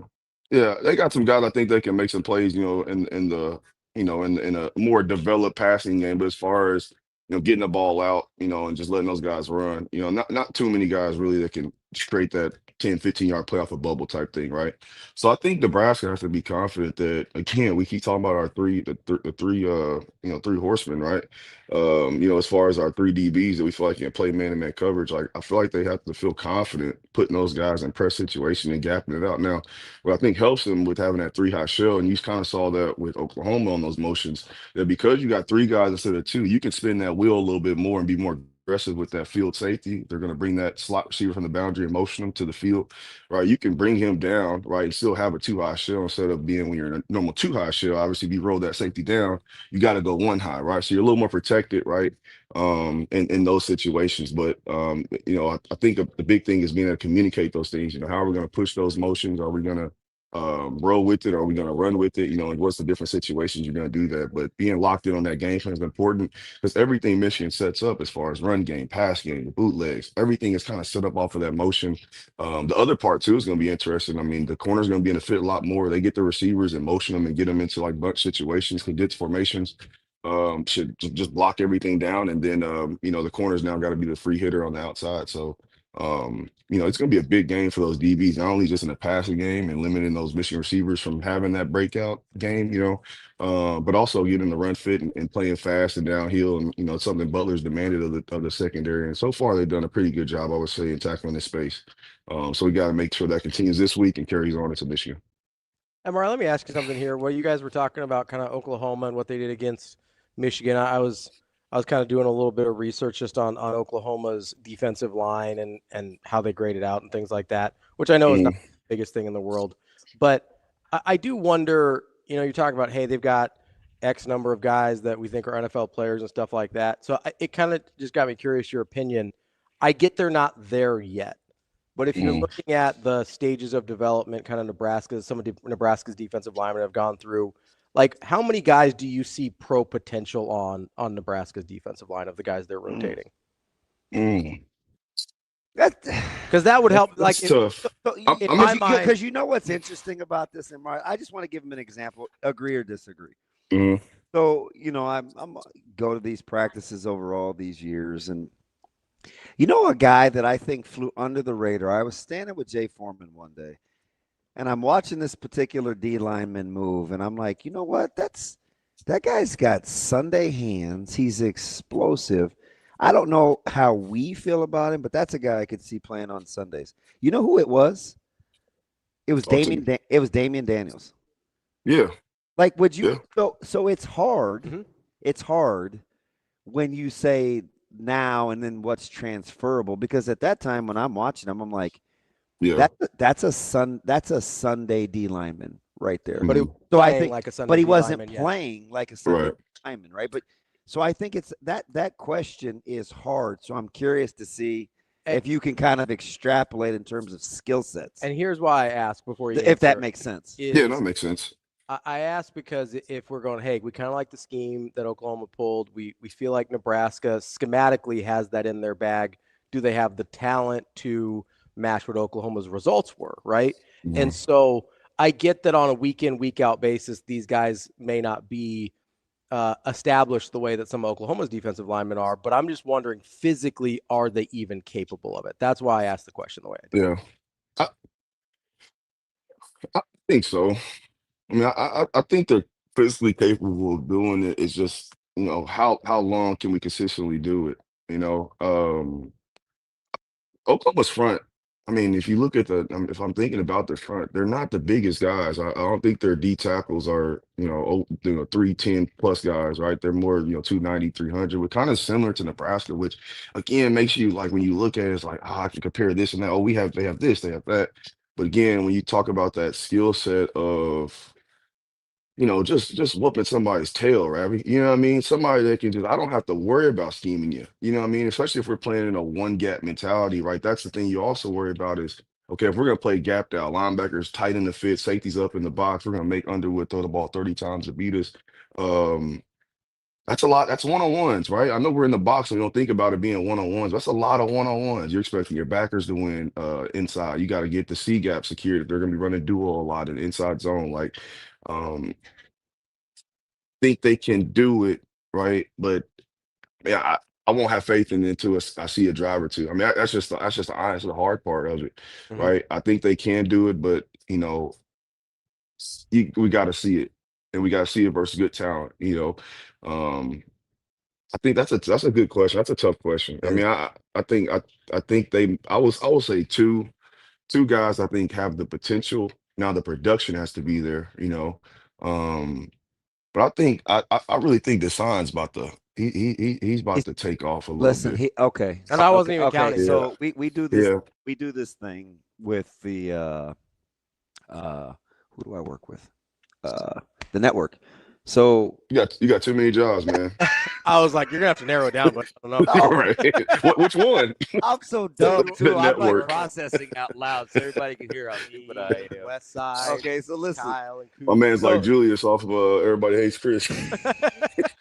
Hey, that is my youngest son's favorite show. It's like that shows you.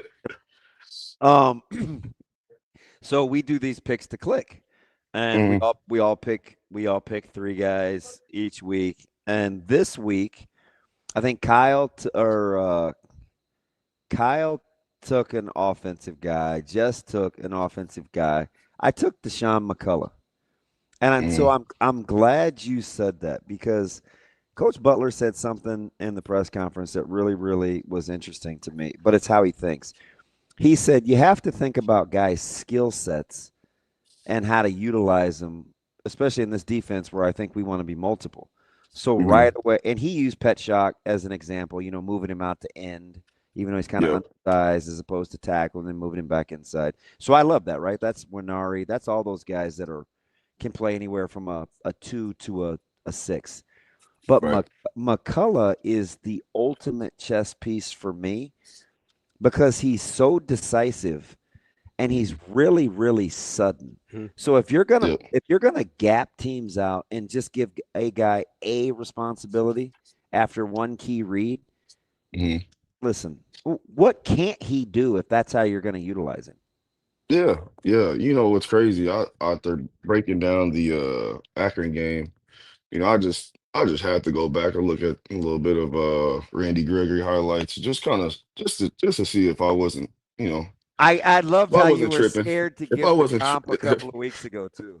if I was just a little bit off, and the suddenness, DB, you just haven't seen it from an edge at Nebraska since him. I mean, that's just the truth.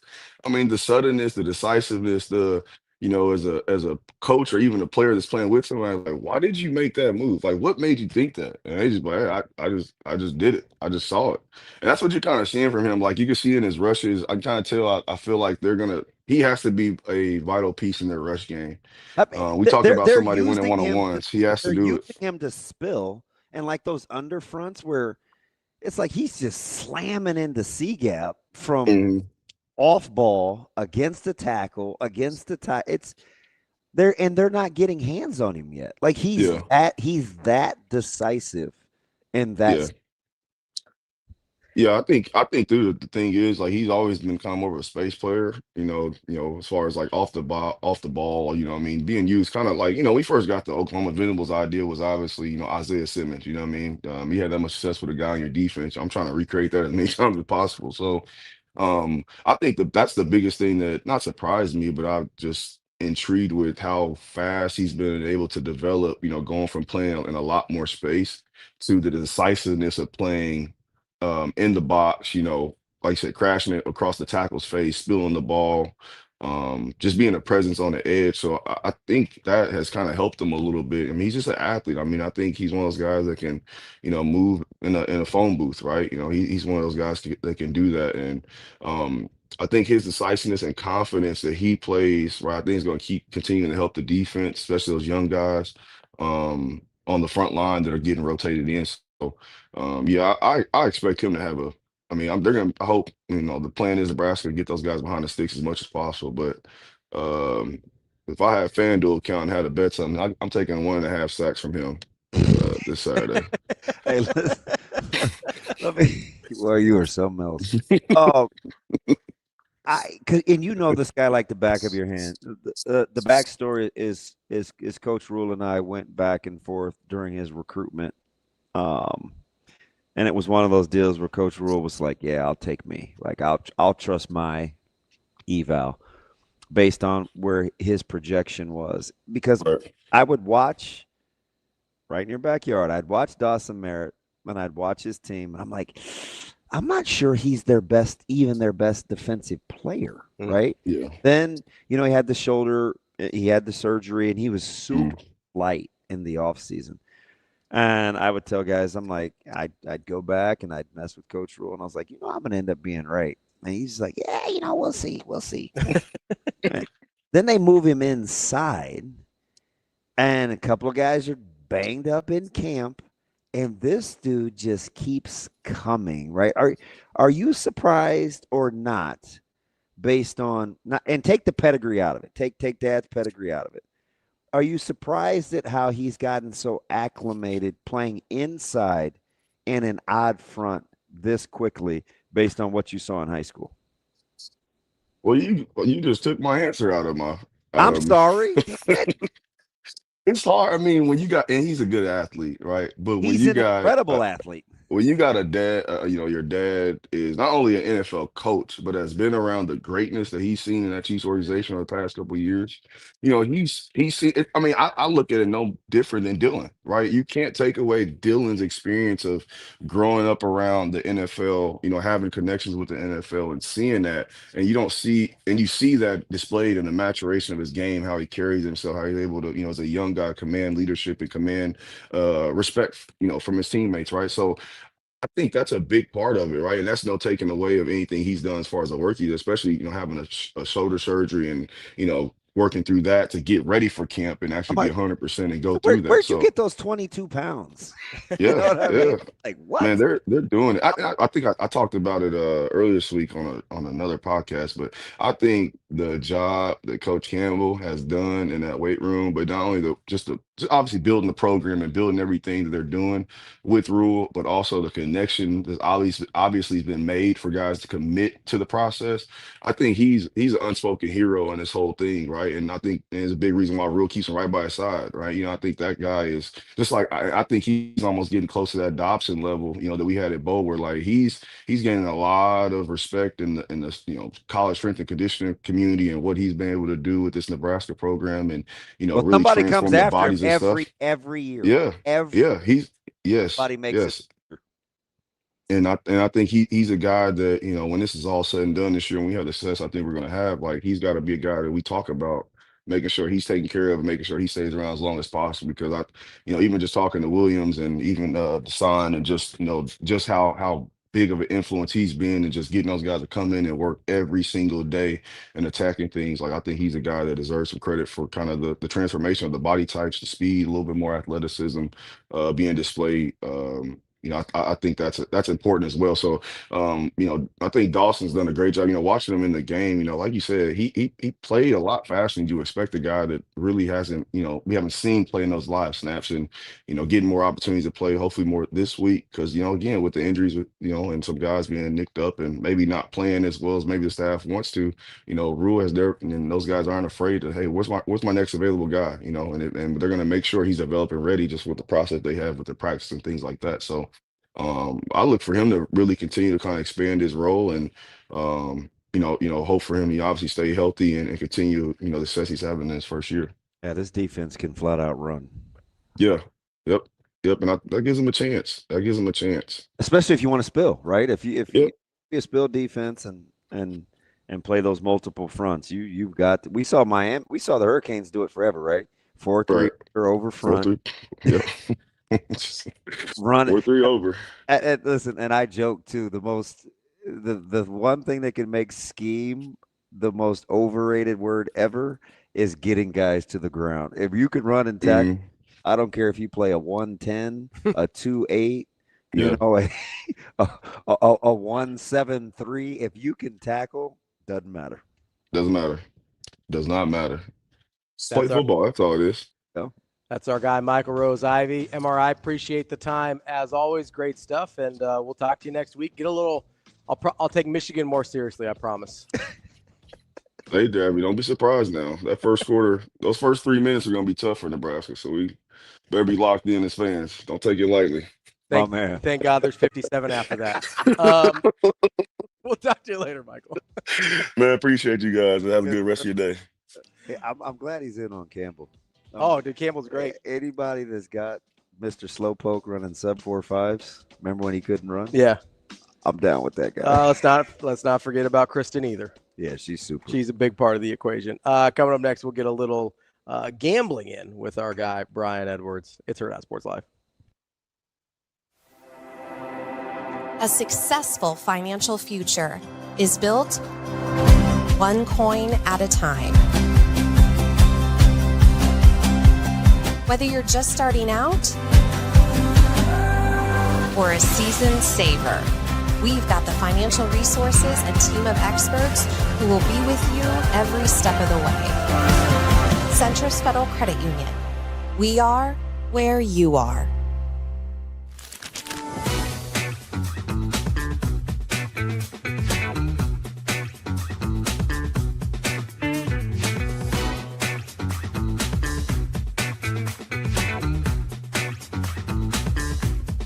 Our question of the day, Huskers wins on this season, over or under 9.5? Go Big Red, over! Have you looked at Matt Rule year 3? Come on. Baylor, Temple, over 10 wins. We're going 10-2, easily. I think we're going 9-3. Oh, we're going over 100% Nebraska all the way. I agree. Over 9 for sure. Because Solid. Jalen Gramstad is the best. Grandpa, he's got it. We're going to be undefeated going to College Station, Penn State. Better be a whiteout. What's happening? Because the Huskers are coming, all right? Last year, they got to bowl game. This year, it's a whole nother level. And that's getting 10 wins. Playoffs. I don't know about football. I know about beer. I'm a Hawkeye fan in disguise, so I don't comment here. I don't think they're going to hit 9 wins. I think we go 11-1 this year and go to the playoffs this year. Okay, we don't play Indiana. So, I mean, hey, 12-1, hey, that's my prediction. Over 9.5 wins. Hammer the money line. Skurs are back, baby. Skurs by 90. Let's go Big Red, huh? And remember, for the best sports book in Nebraska, be sure to visit Warhorse Casino in Lincoln and in Omaha.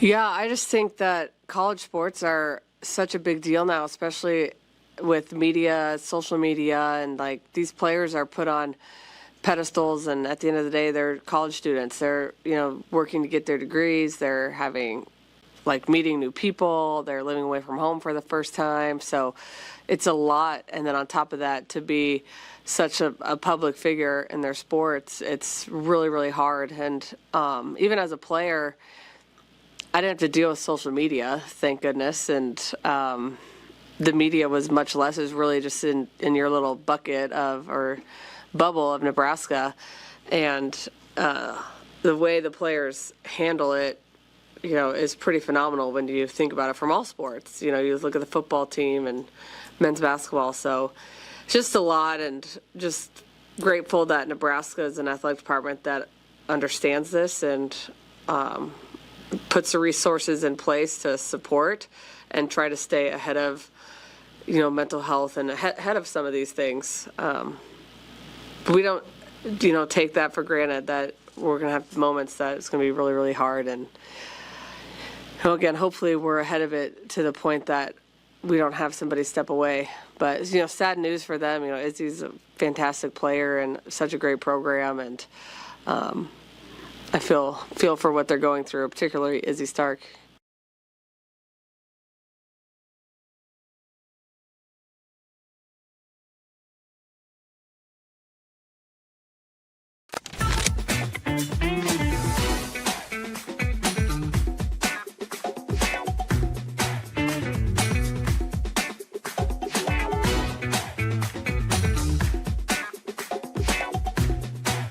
Yeah, I mean, she's definitely grown a lot just in her all-around game. She was a great setter coming in, and she wanted to get better at defense, blocking, serving, all those things, and she really has. So that's been cool to watch. But it's also a two-way street of me learning from her, too, and we both have some different strengths and weaknesses, so I've learned from her strengths, and it's been really cool to kind of just play off of each other and see how we can both push each other in different ways. What specifically have you been learning from her? Just kind of, she has a great mentality when it comes to setting. Just, there's no right or wrong. She's going to do just whatever she thinks is right, and she's going to do it with full confidence. And I think that's really cool, and I hope that I can kind of start implementing that a little more too.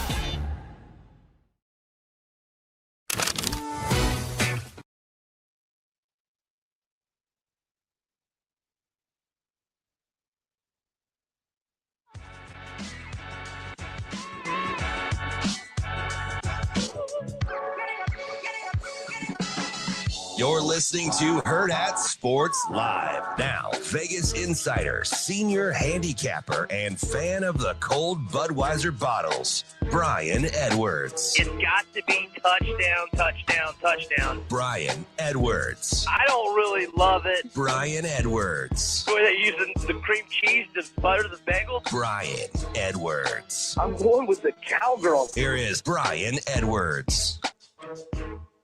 Welcome back, Hurrdat Sports Live. That's DBM Ravi Lulla here at Hurrdat Sports Bar and Grill, where don't forget you can watch all the games that we're about to pick here with our guy Brian Edwards over the course of the football weekend. B, how are we doing this morning?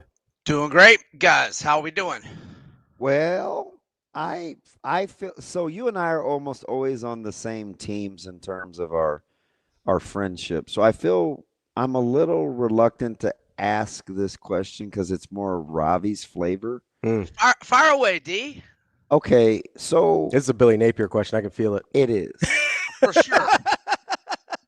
I just want to know, like, do you have a hard time reconciling the fact that he appears to be a good guy, or could you not care less? No. He's I mean, I've always been super critical of him, but I know he's good people. I know he works hard. And in the Netflix, any given Saturday, the way he was so even keel, even after the second blowout loss at home to A&M, you got to respect that.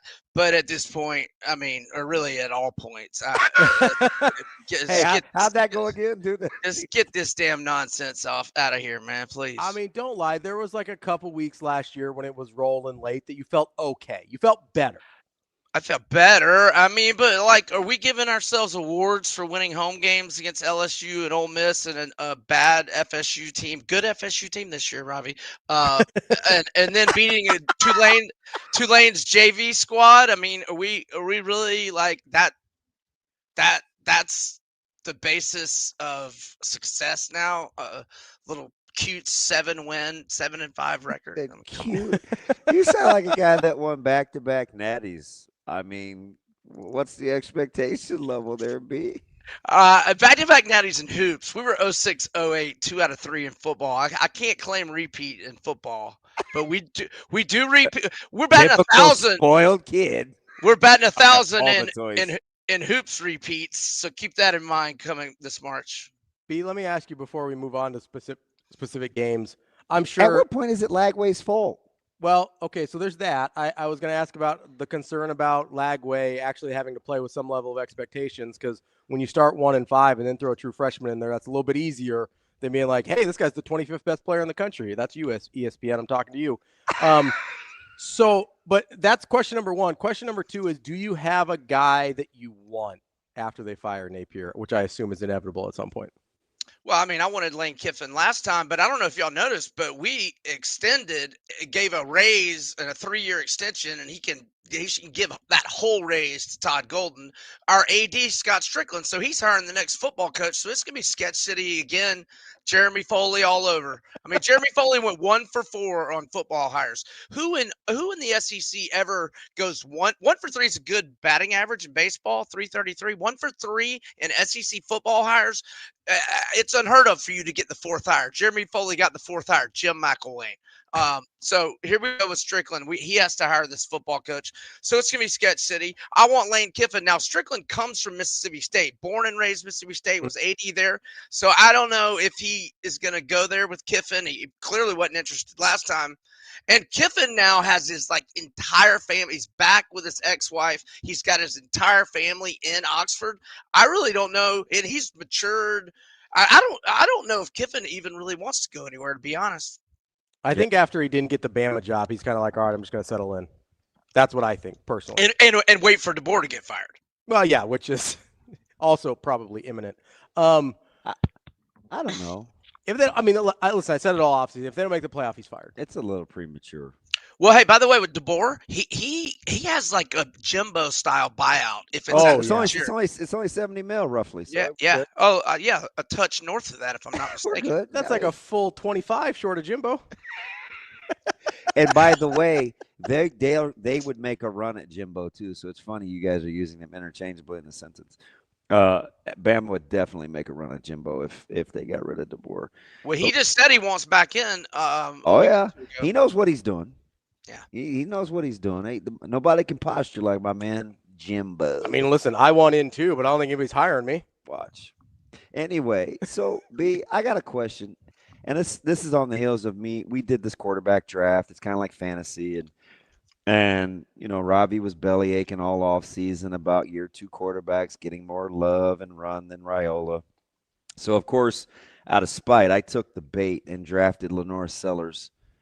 I think, with my first pick. It was, yeah. And he's got all of 2 touchdowns, no picks. Has been very pedestrian, 40 rushing yards. They're laying a pretty decent number. Pavia and company have upset on the mind. The number keeps coming down. I don't know if this is you sharps or what, but we're sitting at like 5.5 now for Vandy in South Carolina. Do you have the Gamecocks on upset watch?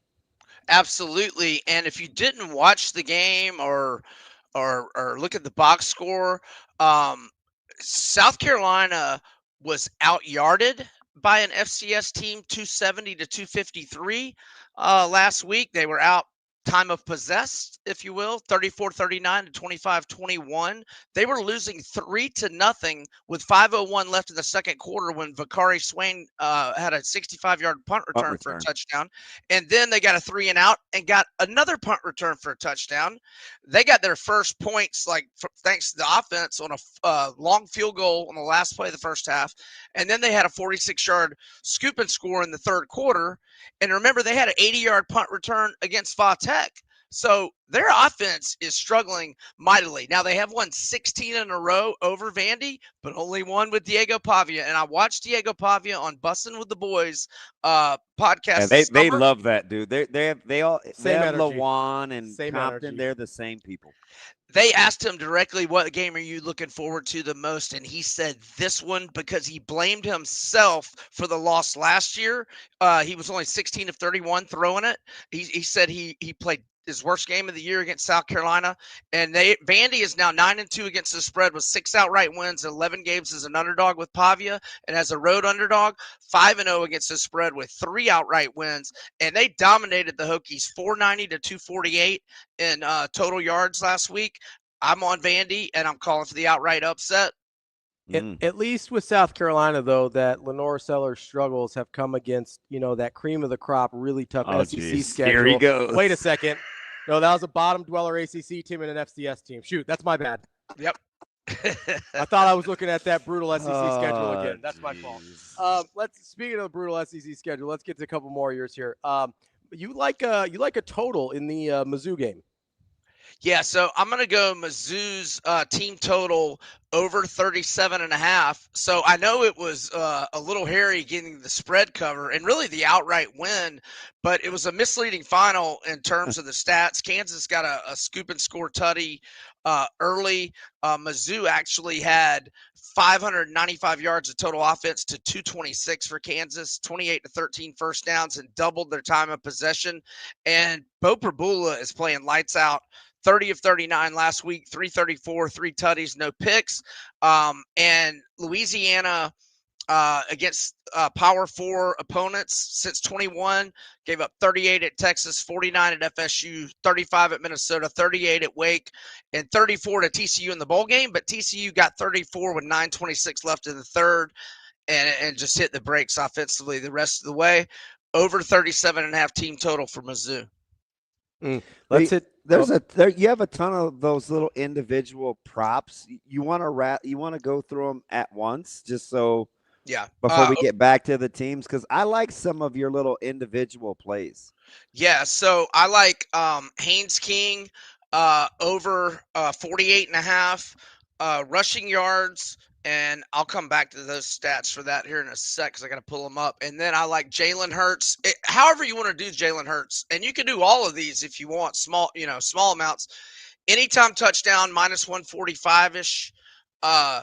Anytime touchdown in the first half plus 200. Two rushing touchdowns or more like he had last week plus 390.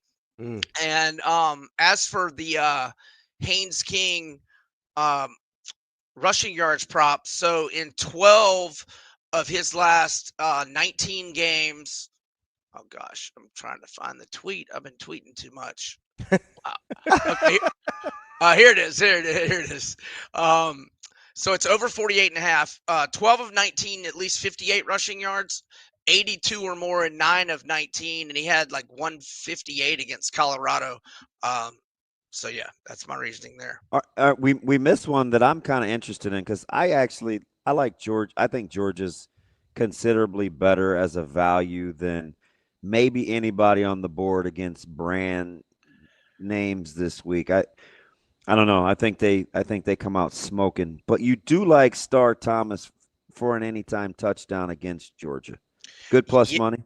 Yeah, I mean, not that good, plus 120, but he's got 2 rushing touchdowns. He's been getting the touches more often than not in the red zone, and he also has a receiving touchdown. And you are getting a buy low opportunity with Georgia and Clemson. Like, I feel like I want to take Georgia Tech. I mean, but the value's been just sucked out of that one. Brent Key is 15-6.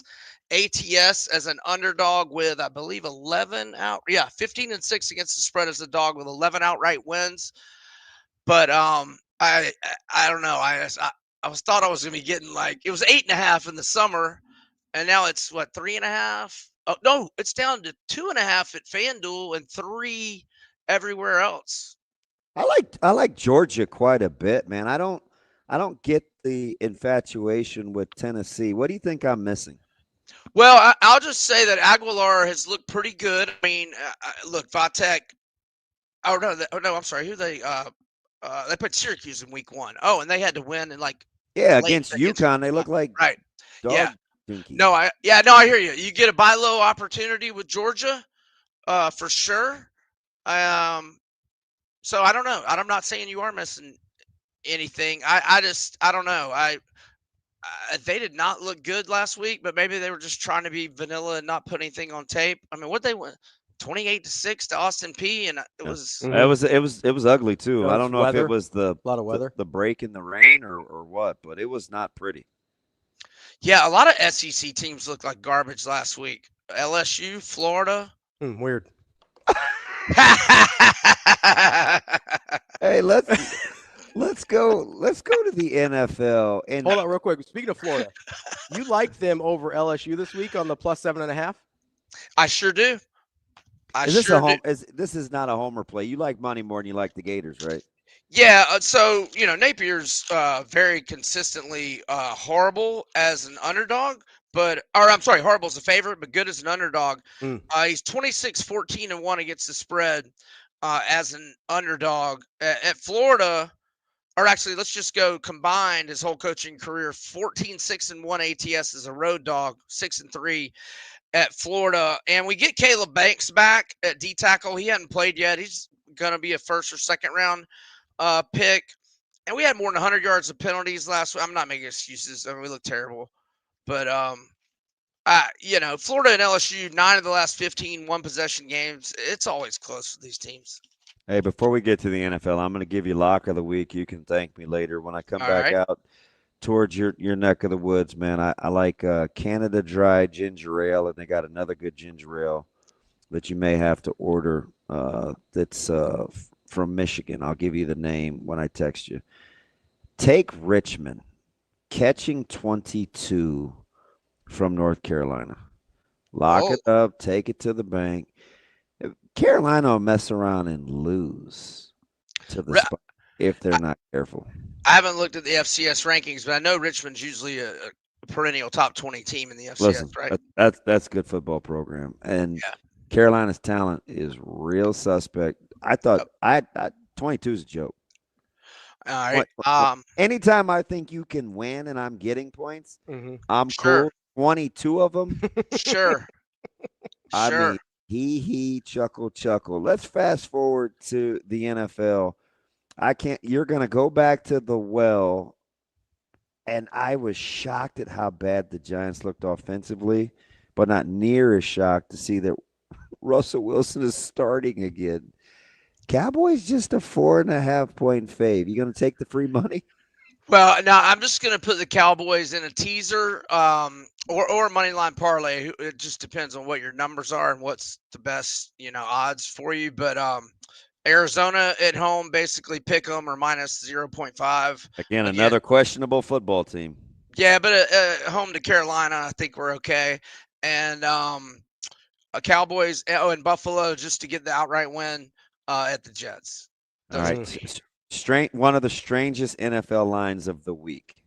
And Yeah, I think I made it 10. Where's my how about this one though? And maybe Jacksonville rushes for 200 yards again. I don't know. I said this to my buddy Matt yesterday at the grocery store. How are the Bengals only a 3.5 point favorite? That line reeks to the high heavens. Like, do you have to take Jacksonville, or are you just going to say, you know what, this is too good to be true? I'm taking the 3 in the hook. So I made Buffalo 8.5, not 10. I wrote down 4.5 or 5 with Cincy, and I've got to take Cincy. Now, I mean, I got to have 3 though.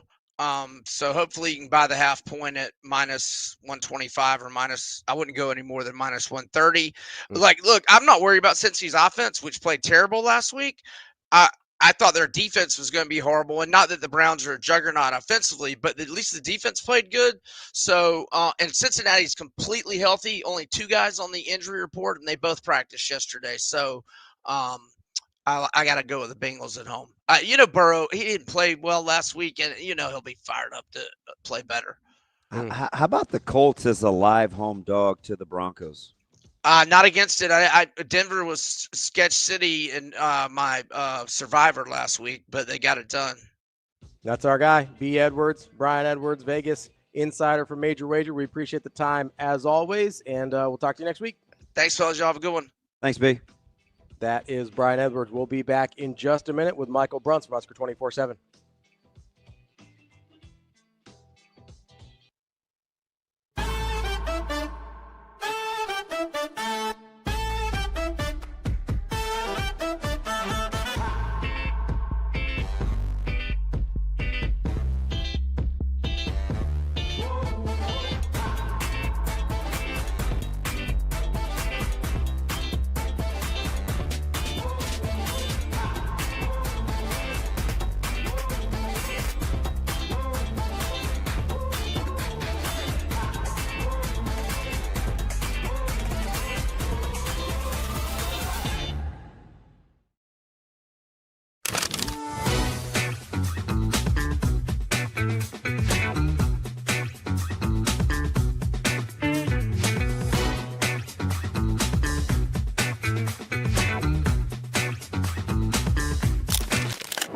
Aspirations can drive us.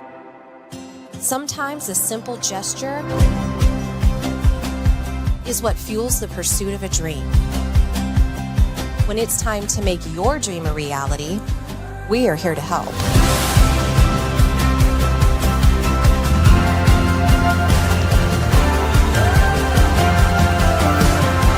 Centris Federal Credit Union. We are where you are.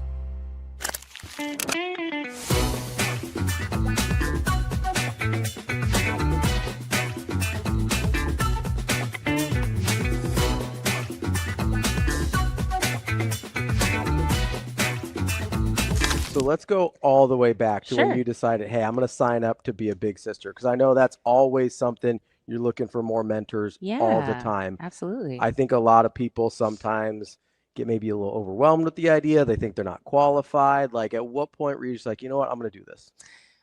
Yeah, so I had kind of been kicking around the idea for a couple of years. So yeah, I can definitely feel that empathy for folks who are maybe like, oh, I'm not sure. I don't know if I'm, qualified. I don't know if, what will I do with my little, what will, so I kind of waffled back and forth for a little bit, and then kind of just decided after I talked to a couple of other folks who have been bigs in the past, that I really, really wanted to go ahead and take the leap.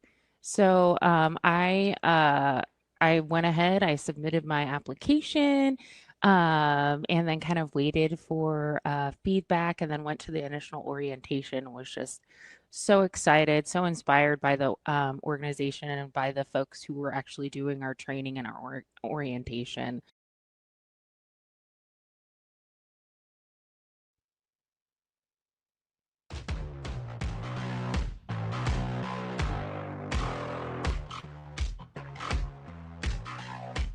Welcome to Hurrdat Sports Live.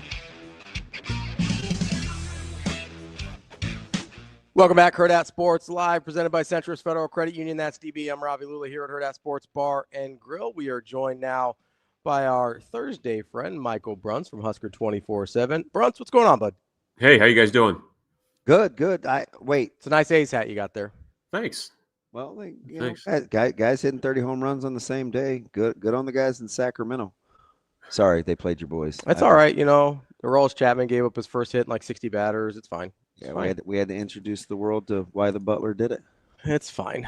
Did you want him to take his sunglasses off for the interview? Ravi has a hard time, how can I say this? How could you say this? I don't even know where you're going. Sometimes your friend, your Millard Northian brethren, has a hard time understanding cultural differences, and so he was unusually upset at the braids and sunglasses of Butler during the post walk-off interview of Aroldis Chapman. I don't want to inject race, but he seemed to be a little more taken aback than if his name was Tom Smith. Can I tell you this? We literally have not talked about this at all. He made that. Bruntz, who do you believe? He made that entire thing up. That's not true. I like that you started that with that you have a problem with something, Ravi, and you go, I have no idea where you're going with this. Like there's any kind of direction that he could have gone there. Well, he knows it could be a multitude of the 10 million things that he doesn't like. Yeah. You don't like Lawrence Butler? I have no feelings about Lawrence Butler whatsoever. I mean, I don't like that he walked off the Red Sox last night, but until that moment, I had no thoughts about him ever enter my head. There's a lot of guaranteed money tied up in Lawrence Butler. Like that's apart from the sunglasses and everything else. I think he's going to be pretty good though, Bruntz. He can be. He's a little streaky right now, but I think he's got potential. How about the Big Amish though? Big Amish is hitting. Hey, I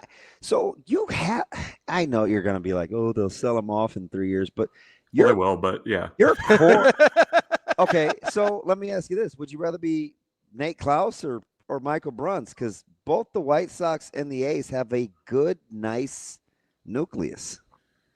Yeah, well, I'm Michael Bruntz. I'd rather be Michael Bruntz. Well, nobody ever wants to be a White Sox fan, so that's... Yeah, I mean, I think... they're a pain.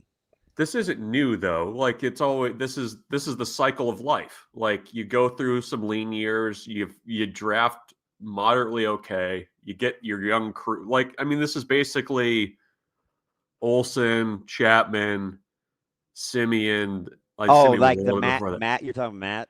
Yeah, like that happens like every 5 to 6 years. It's like the Olympics, but a little bit longer between them. So. You just ride the wave and then they trade him off or Kurtz whatever. He's pretty sweet though. He's fun. He I was looking the other day, his batting average on balls in play is like 400, like over 400. So he's one of those fun guys that like is going to put it somewhere and hit it really hard or he's striking out. So our guy Hot Danger doesn't understand that we're playing Houston Christian this week. He's like, football season started, didn't it? We're talking about regular season baseball? I thought I covered Houston Christian pretty thoroughly already. They're bad. Did you guys know that Colin Montgomery, the golfer, was a Houston Christian alum? I learned that yesterday. So, Mr. Mrs. Doubtfire. Fun fact. Monty. They were Houston Baptist at the time. They recently changed their name to Houston Christian, I think to alleviate confusion with Dallas Baptist, but there's also a Dallas Christian. So take that for what you will with the Dallas evangelical higher education system and the Texas in general. But yeah, I know, actually, I should know somebody that used to work at Houston Baptist at the time. So my familiarity with the program is pretty high. So you knew the Montgomery thing? You knew that? I did. Did you really? I did, yeah. Because they're very proud of that. It's like their one thing. You guys. It's like the one thing they have. Now they were an NAI institution back when I was more familiar with them, but is he gonna be at the game, you think? I don't know. I mean, maybe he's gonna they have enough stands in Lincoln. They don't have a Walgreens in place of one of their bleachers. So he might be able to find a ticket. Nice. Although it is sold out, so who knows? Hey, so do you want another fun fact? That's why I'm here. So their mascot, that picture of the Husky, Uh-huh. they sent a request to a high school that I formerly used to coach at that had changed their mascot logo a couple of years earlier to know if there were going to be any infringement penalties based on what they wanted their Husky to look like. So how about that? It's usually the other way around. It is, but they didn't start that football team, I believe, until the 12. It had to be because that was my last. It had to be 12-13. Wow. So how about that? They should have the high school should have cease and desisted them.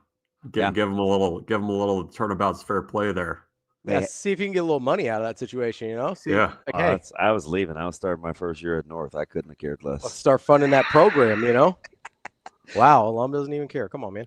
I love my high school. All right, well, help them get that cheddar. Let's go. Bruntz, no pressure, because you and Shafe usually take turns killing me. But advantage Shafe, because we had a very nice text exchange yesterday, so he's back in good graces. So we'll see how the rest of your segment goes. So let's start with offensive line play. If Michael Bruntz is playing the game that Nebraska is playing against Nebraska and their best version of themselves this week, what does offensive line play look like before you post your articles at 24/7 Sports? If Nebraska plays well, what does it look like? Yes. I mean, against Houston Christian, what does it look like? I mean, I would hope that you're imposing some will there. Does it have anything to do with how long backs play or how they run the ball? Like, what are you looking for? I'm looking for the size of holes like Quentin Ives ran through for that touchdown, and what Emmett did on that. I guess it was similar plays, but on his opening touchdown. I mean, you want to see big gains, and I think one of the few things that I am eager to see in this game is I'm eager to see Nelson and Mosey in more of a traditional running situation. I'm not answering your question because you asked about offensive line play, but I guess I just wanted to know if those two things, if they were going to be intertwined in your. Yeah, I think they can be. I mean, I think, and it's a fair question. I mean, I was struck by how different last week, Nebraska's backup running backs look when they catch the ball out of the backfield versus when they're just, getting handoffs. I don't know if there's a disconnect there, if it's more of a reps thing or what, but those guys look great in space. I'm eager to see what that kind of looks like in, running between the tackles, having to make that first guy miss, inside, something like that. I mean, I think that's kind of what I'm eager to see from that group. I mean, we've talked it to death, but I mean, that still continues to be, in my mind, I want to see how that looks, and I want to know where things stand before they get into Big Ten play. And I think part of it is just seeing a little bit more of Dylan just turning around, handing the ball off, and how those guys look running between the tackles and in the more traditional run game versus, catching the ball out of the backfield, which looked great. That's not a criticism by any means, but I just want to see more of it. And I mean, I know Dana wanted to get guys more reps last week, but I really hope that they are going into their depth sooner in this game to get those guys more work. All right, let me ask you this, Bruntz, on the heels of that, because I think it's important, and it's not for any other reason than I'm just curious on how people think, right? What has to happen, or is it opponent specific, where you graduate from bodies and depth versus, they just have good depth, when you watch young guys kind of evolve, right? Is it opponent specific? Is there something that they do that you watch and you're like, oh, That's interesting. Like, how do you move into depth without saying, well, they played against team blank and it's not a brand? Like, what does that look like for your eval? Well, I think you can see guys, if they're able to do things against Akron and Houston Christian that you can kind of see happening against Michigan State or Northwestern or those a Big Ten program. But not Michigan. Well, I think Michigan's kind of become the example that we're all using now, but I think it's got to be more than just that. I mean, I think I get it. Anybody that's left on the schedule that's not Houston Christian. So we're still kind of holding out that Michigan could still be the caveat. So it'll be like, oh, anybody but. I get it. I'd lump them in there too. I mean, if you can do it against, because the thing is like against Cincinnati, and I know it was the first game, like you're seeing growth, but it's kind of you still have to give it a little bit of a caveat based on the opponents in this situation. I mean, it's different going in there in the second quarter against a Big Ten team versus doing it in the late third quarter against Akron when you're already up 40 points. I mean, as much as you want to keep the foot on the gas, I think it's just human nature to be aware of what the situation is and who you're playing at that point. So I just want to see more of that. And I don't know. I was thinking about this the other day that, with some of these young backs, I kind of think back to like 2011 when you had Amir Abdullah in there for the first time. And like, it didn't always look great with him. And he was more situational, I think, in that rotation that they had. So I'm willing to be patient there. And as long as you're kind of seeing like that upward trend with those guys, I think that's okay. Michigan is waiting on the other side of Houston Christian though. So where are they going to be by that point? I don't know, but I just want to see more of the traditional run game with those guys to get more of a sense of like, okay, is this looking better from week to week, regardless of what the opponent is? To your point, Amir Abdullah, 42 carries for 150 yards as a freshman in 2011. So that's a very good example you just brought up there. Interesting. He had a kick return for a touchdown, though, right? That's a good pull. What's that, Bruntz? He had a kick return for a touchdown that year too, right? Am I misremembering? 3 rushing touchdowns. Let me see if I can. Yes, he had a kick return touchdown. So he was very good on. He was very good on kick returns. He had 26 kick returns. Is it weird? I said this to Jay. I think Moore asked me the question on Big Red Rat, or it might have been Severe's burning questions. I want to see something pop in special teams. Can I make that? Remember when we used to watch these games with Nebraska and somebody's going to get a long return. Mm-hmm. I mean, even my bum self, it's like you want either a blocked punt, a long return. Like you just get I don't know, man. I just think I like their special teams schemes. I'm waiting to see something to the house, right? Yeah. Like, isn't that something that should happen in a game like this, Bruntz? You would expect so. Because they're close. Yeah, and even there's been a couple times when, like, I don't know that they've, like, sent the house on blocks, but it's felt like they've been pretty close on that too.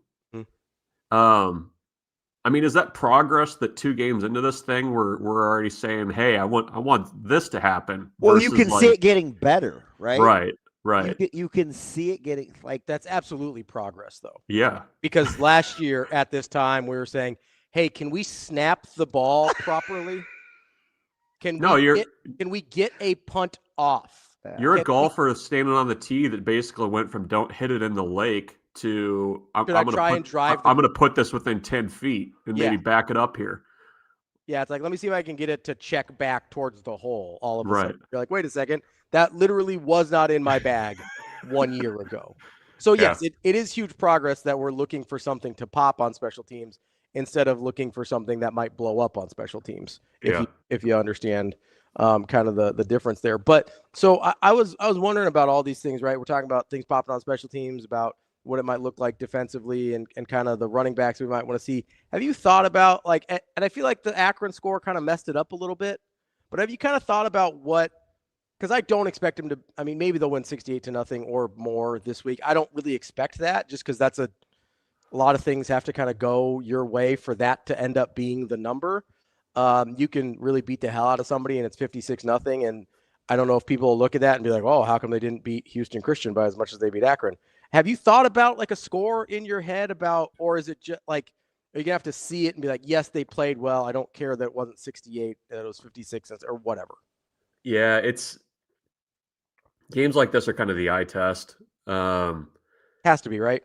Yeah, and like what's tough Yeah. what's tough too, like I mean Nebraska's coaching staff has a relationship with Houston Christian's coaching staff. Like they've done satellite camps down there.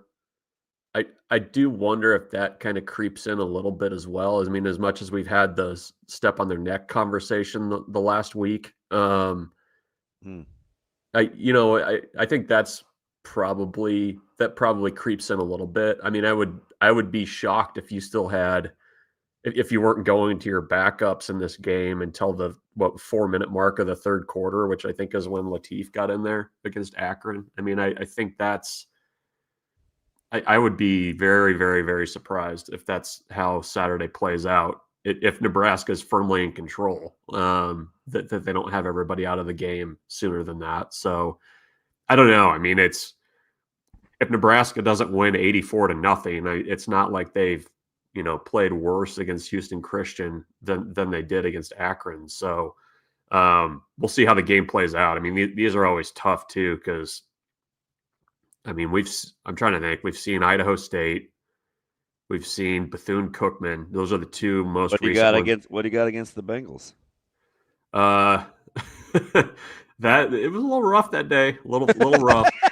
I'm a big Cookman guy. Yeah, dude. We had Bruntz. I don't think we're gonna have guys buying hot dogs during the game off the sideline, but I think. I don't know. We'll see how this game plays out.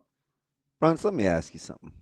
This is 100% because I think you're bright.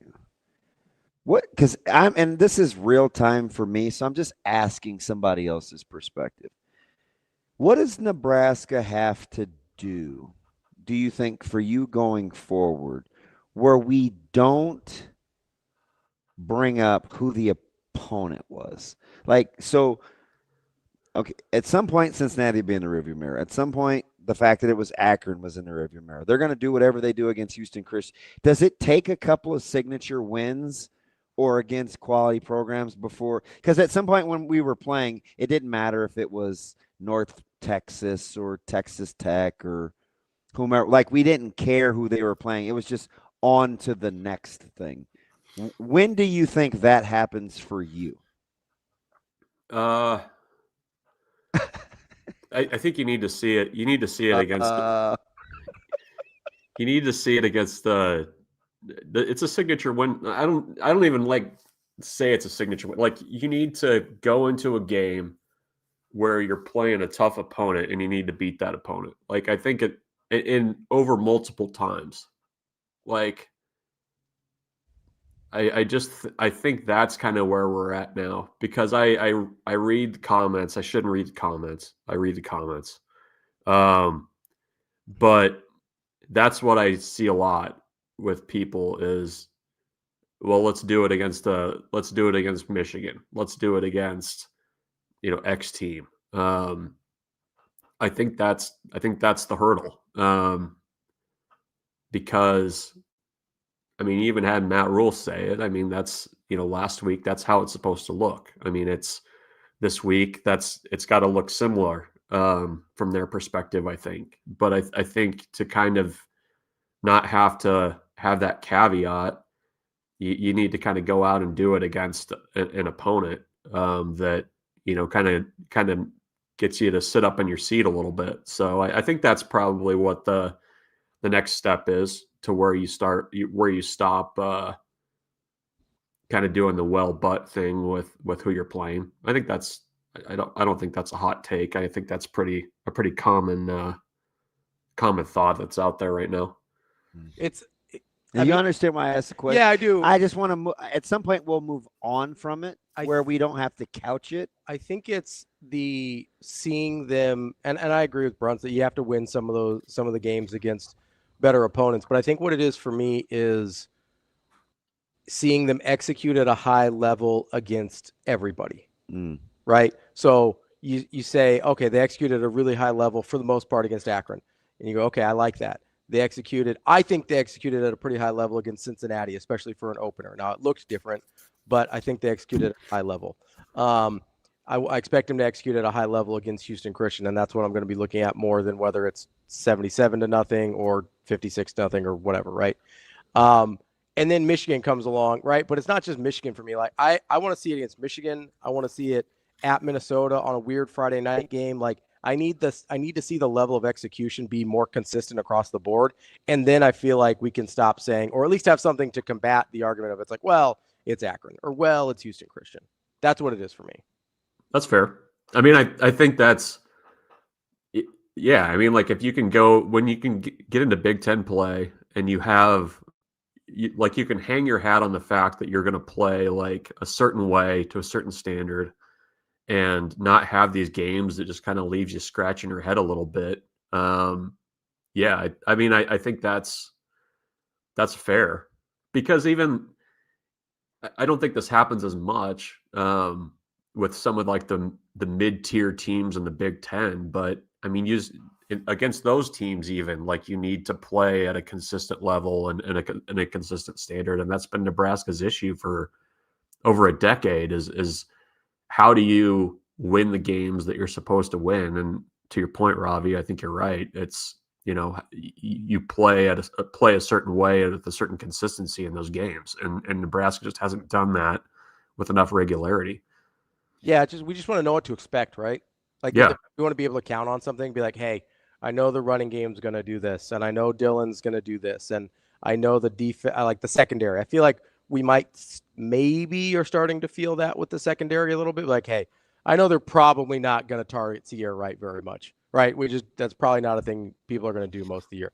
I think that's just, we want, like, there's little bits that we feel like maybe we can count on here and there, but if we can get that to be the more pervasive sentiment of the entire team, I think we'll stop talking about opponents as much. Mm-hmm.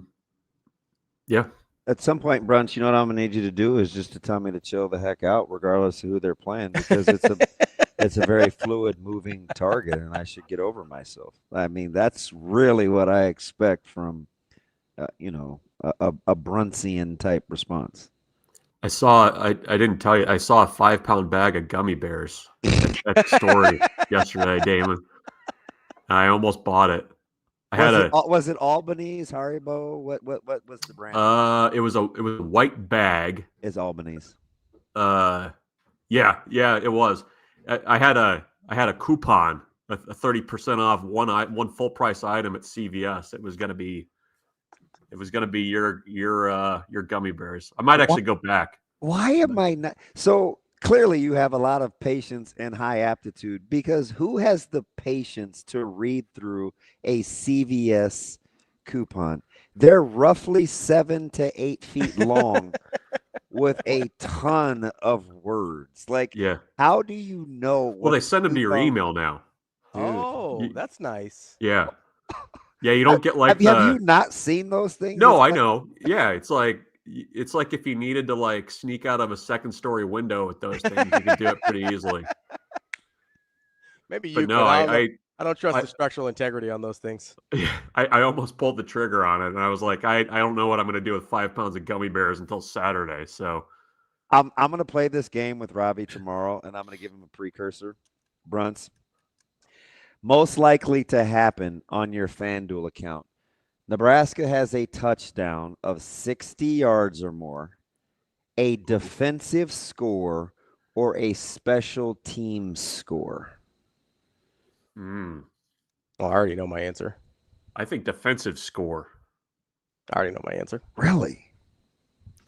Ravi? No, we'll save it. Save it for tomorrow. When How- was how the last good- time Nebraska had a 60-yard score? How long has it been? Dude, it might have been been recently? A mirror. It might have been a mirror. The Trey I'm Palmer. looking. 60 plus. Well, the Iowa pass was that 60? No, Purdue. I think Purdue, he might have had a 60. The last time Nebraska had a 65 60-yard plus. run was Trey Palmer. Good pull. Josh Fleeks went 74 against Michigan in the one bright spot that year.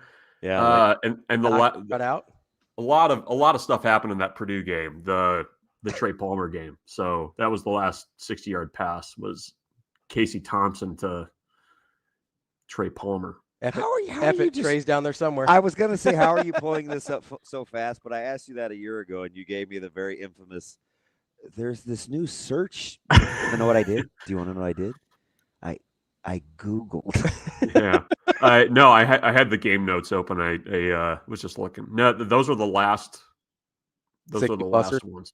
Yeah. There you go. All right. That's our guy, Michael Bruntz, Husker 24/7. Bruntz, appreciate it as always. Enjoy the game this weekend. Yep. We'll see you guys. Nice. You going to Warhorse and playing your 60? Let's say 65 plus. 65 plus defensive score or special teams tutty. I don't know. Let me think about it. 60 to 65 actually does change the equation in my head a little bit, but you don't have to be 65 plus to call our guys at Next Gen Mail Medical. Ooh, because I'm only 50. I'm 38. I gave them a call. They're going to help me out. You're 12. Well, I act like I'm 12. They did help us out, though. They're helping us out. They're helping me out with my continue trying to lose some weight, getting that tennis shape, trying to get where I need to go. Need a little help. They're helping me out. They can help you out too. Give them a call, regardless of what you're trying to accomplish. They've got something for you. It's not just testosterone. It's not just weight loss. They've got peptides too, just to help you live your life better. 402-614-9700. It's Next Gen Male Medical Clinic. We'll be back with more Hurrdat Sports Live.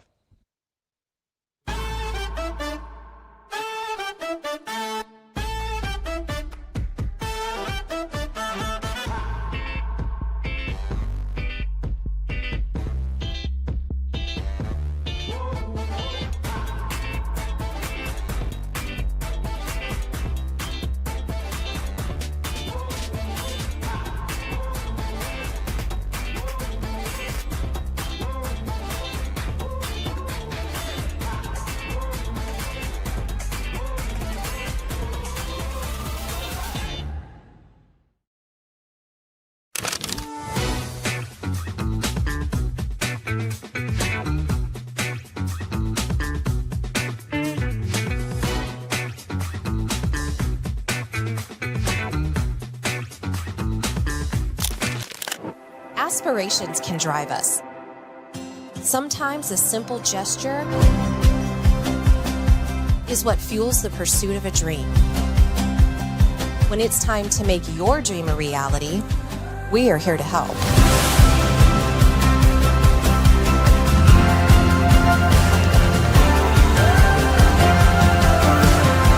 Centris Federal Credit Union. We are where you are.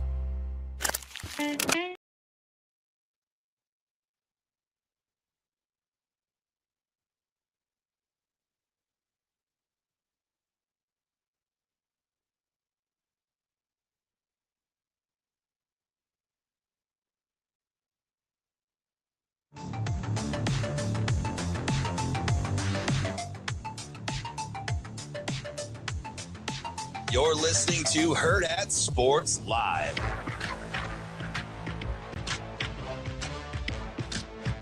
Welcome back, Hurrdat Sports Live. That's DB. I'm Ravi Lulla here at Hurrdat Sports Bar and Grill. Got to remind you about our friends over at Centris Federal Credit Union. We were talking about DB's phone earlier and how he was worried about his banking app because he couldn't get to his phone. But it's nice to have your phone at your fingertips and your finances at your fingertips as well. Everybody's busy. You can manage your finances on the go with Centris Federal Credit Union and their app. From mobile check deposit to 24/7 card controls, your finances are in your hands no matter where you are. Check them out, centrisfcu.org, to open an account today. Federally insured by NCUA. It can help you with your password over the phone, too. Yeah, they can help you out. Which is important for if you don't us remember your fuddy-duddies. password. You gotta. I'll be honest. So the phone has made me very bad at remembering passwords. With facial recognition and fingerprints. It's terrible. I'm with you. I have one version of the same I have 5 versions of the same general password. Yeah. It's tough. Give or take a star or exclamation point. Depending on what the requirements the whole of the symbol thing. Can we move on from that? I like the ones that are like, all right, I need it to be 1 upper, 1 lower, 1 symbol, 1 number. Yes, and it has to be at least this many characters, but you can't repeat characters. You can't use your name. You can't use anybody's name you've ever met before. And you can't use real words. You're like the monarch of cybersecurity too, right? Aren't you the fraud guy? Different kind of fraud. It wasn't really cybersecurity. Cybersecurity is more about sort of the infrastructure around the technology. Oh, geez, the semantics police strikes again. It's not semantics. It's a totally different job. Like they're not next to each other. Shane, if you were me, do you just have to kind of take it and be secure over his sarcastic, snarky, prickish delivery, or no? I'd ask one of my colleagues, or is it a coworker? That's funny. No, it's not. Mitch defended you. I was wrong. Mitch defended you. I wasn't. Mitch did. He did, but T-Mac saved the day. Oh, he gave you the definitions? Yes. Yeah. Black on black support.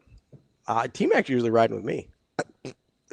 I don't know about that. He's open-minded. Let's just say he doesn't. A lot of the stuff you read me about T-Mac is him agreeing with me.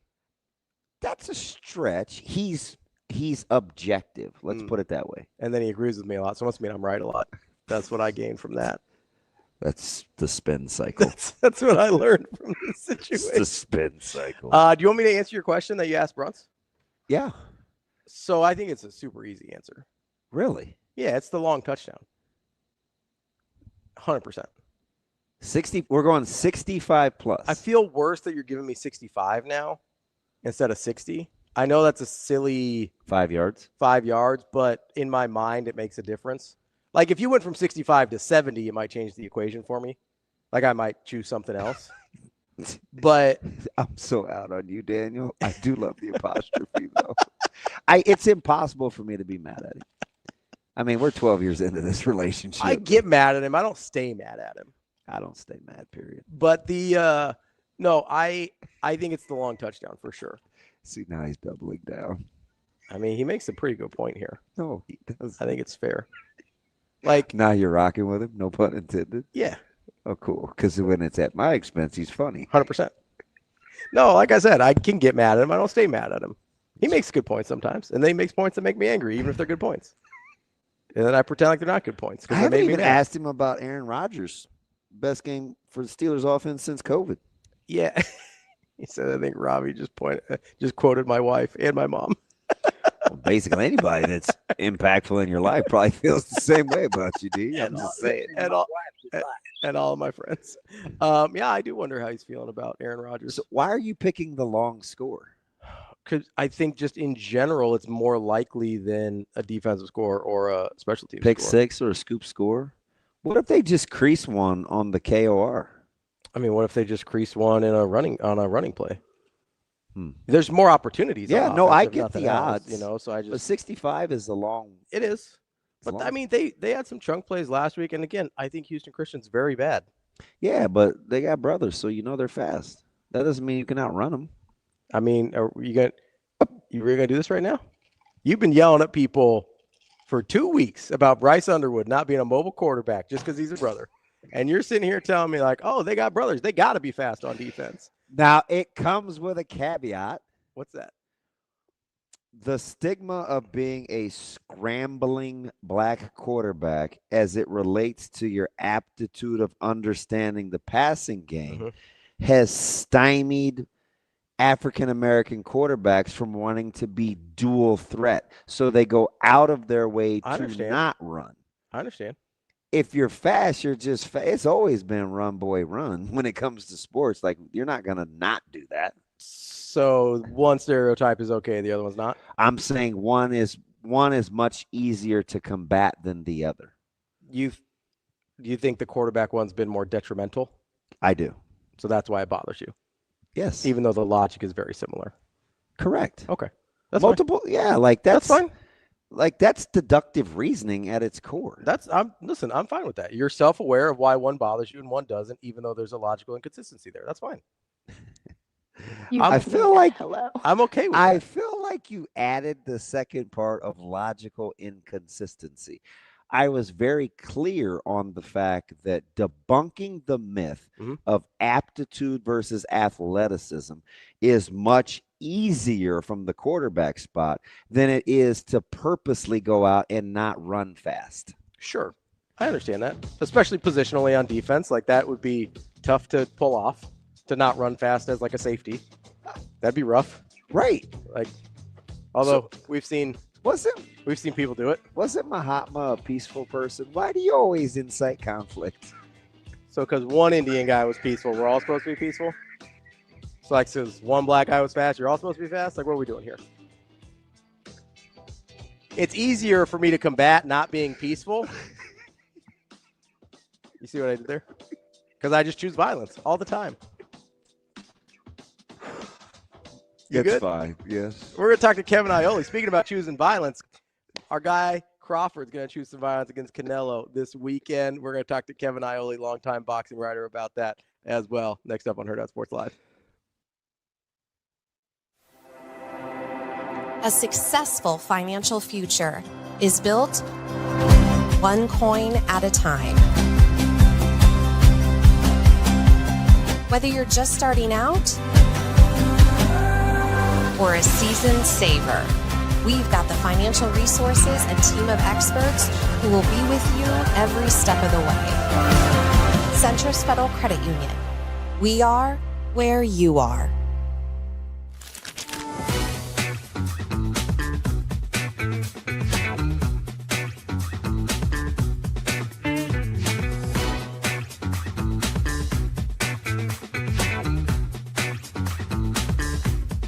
Our question of the day, Huskers wins on this season, over or under 9.5? Go Big Red, over! Have you looked at Matt Rule year 3? Come on. Baylor, Temple, over 10 wins. We're going 10-2, easily. I think we're going 9-3. Oh, we're going over 100% Nebraska all the way. I agree.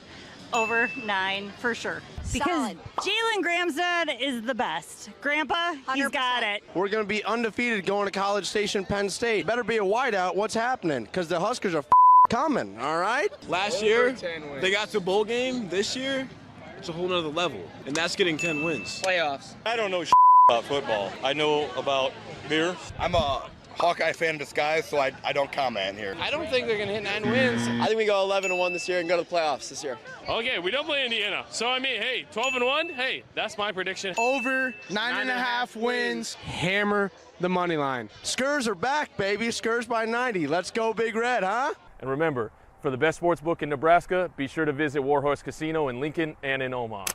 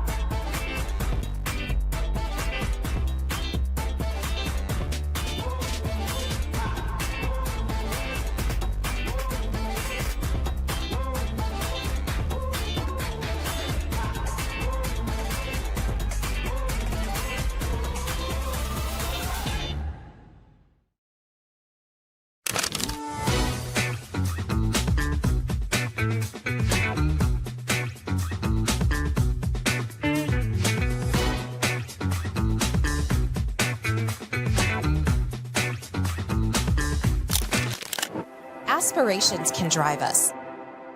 Sometimes a simple gesture is what fuels the pursuit of a dream. When it's time to make your dream a reality, we are here to help.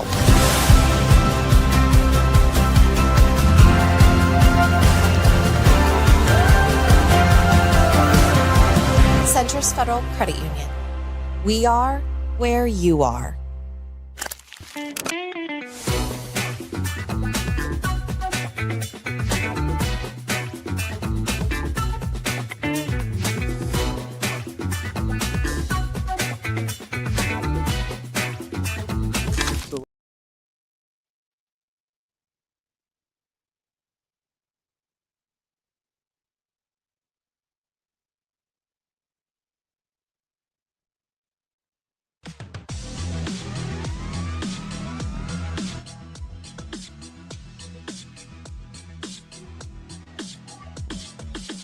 You're listening to Hurrdat Sports Live.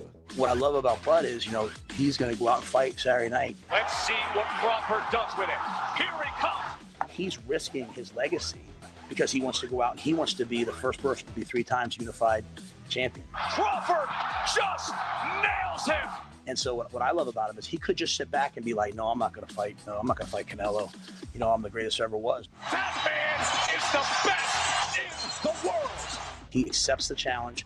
He moves forward. He puts his city, his state, his legacy on his back, and he goes out there and he risks it all in the ring because he's the ultimate competitor. Uppercut lands. Crawford on the attack. That's it. It's over. It's over. Welcome back, Hurrdat Sports Live. That's EBM Ravi Lulla, presented by Centrist Federal Credit Union. We are joined now by Kevin Iole, longtime boxing writer. Kevin, how are you this morning? I'm doing great. Thanks for having me again. Kevin, I'm trying to be objective here. I'm Team Crawford all the way. So let me kind of approach this from a different angle. From Canelo's standpoint, okay, you have the last couple of fights. He wasn't, overly impressive. Is there anything you can take away from the way that Bivol maybe started to show some chinks in the armor versus what you think Crawford can bring to the table? It seems like 2022 for Bivol was a long time ago. Yeah, Canelo, think about it. Canelo hasn't had a stoppage since the fight before Bivol when he fought Caleb Plant. So we're close to 4 years. What is it going to be? 46 months, I think, since he had a finish. And Canelo is a hard puncher, a guy that's known. I think if you ask most casual fans out there, what's Canelo's style as a boxer? They'd say, hey, he's a knockout artist. He's a finisher. And he hasn't had a finish in 4 years. And that's against weak competition. Obviously Bivol, one of the best in the world, and he was jumping up in weight to fight Bivol. But then you come back and you look at the rest of his opponents, John Ryder, Edgar Berlanga, William Skoll, Munguia. His competition level dropped, but so did his performance. And so that, if I am Canelo, I'm on Team Canelo, I have to be a little bit concerned, right? Say, hey, what's going on with this guy? But I think he's a great, and I also think he has the ability to raise his game. And Crawford is so good, and the kind of guy, you're fighting Edgar Berlanga, you can beat him in your sleep. You're not beating Bud Crawford in your sleep. You have to be on point to beat Bud Crawford. So I think we'll see a better Canelo than we have seen quite a bit here.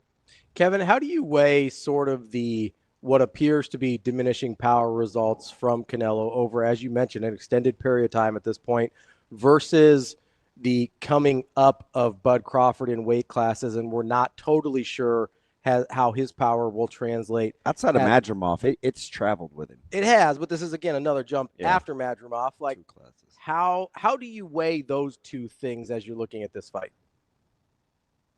Well, I think, when you look at Canelo, I think there's two things there. I think number one, he hasn't invested in the body as much as, he used to do. That has clearly been a factor in his lack of finishes, because he would hurt guys to the body and then boom, he would be able to go up and finish them off. And I think his feet have kind of, he's not getting himself into position to throw, his finishing punches as quickly as he once did. Now I will say this, he's fighting guys like Berlanga and like Skoll, and he knows that he can beat them at any point. How high is his motivation? I don't think he has that.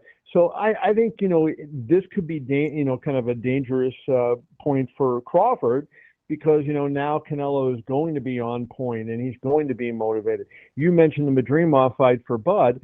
I think it was the exact same thing for Bud in that fight. He's coming off the win over Spence. It was the win of his career, a guy that really was overlooked way too much for most of his career. Now he beats Spence and he's being celebrated.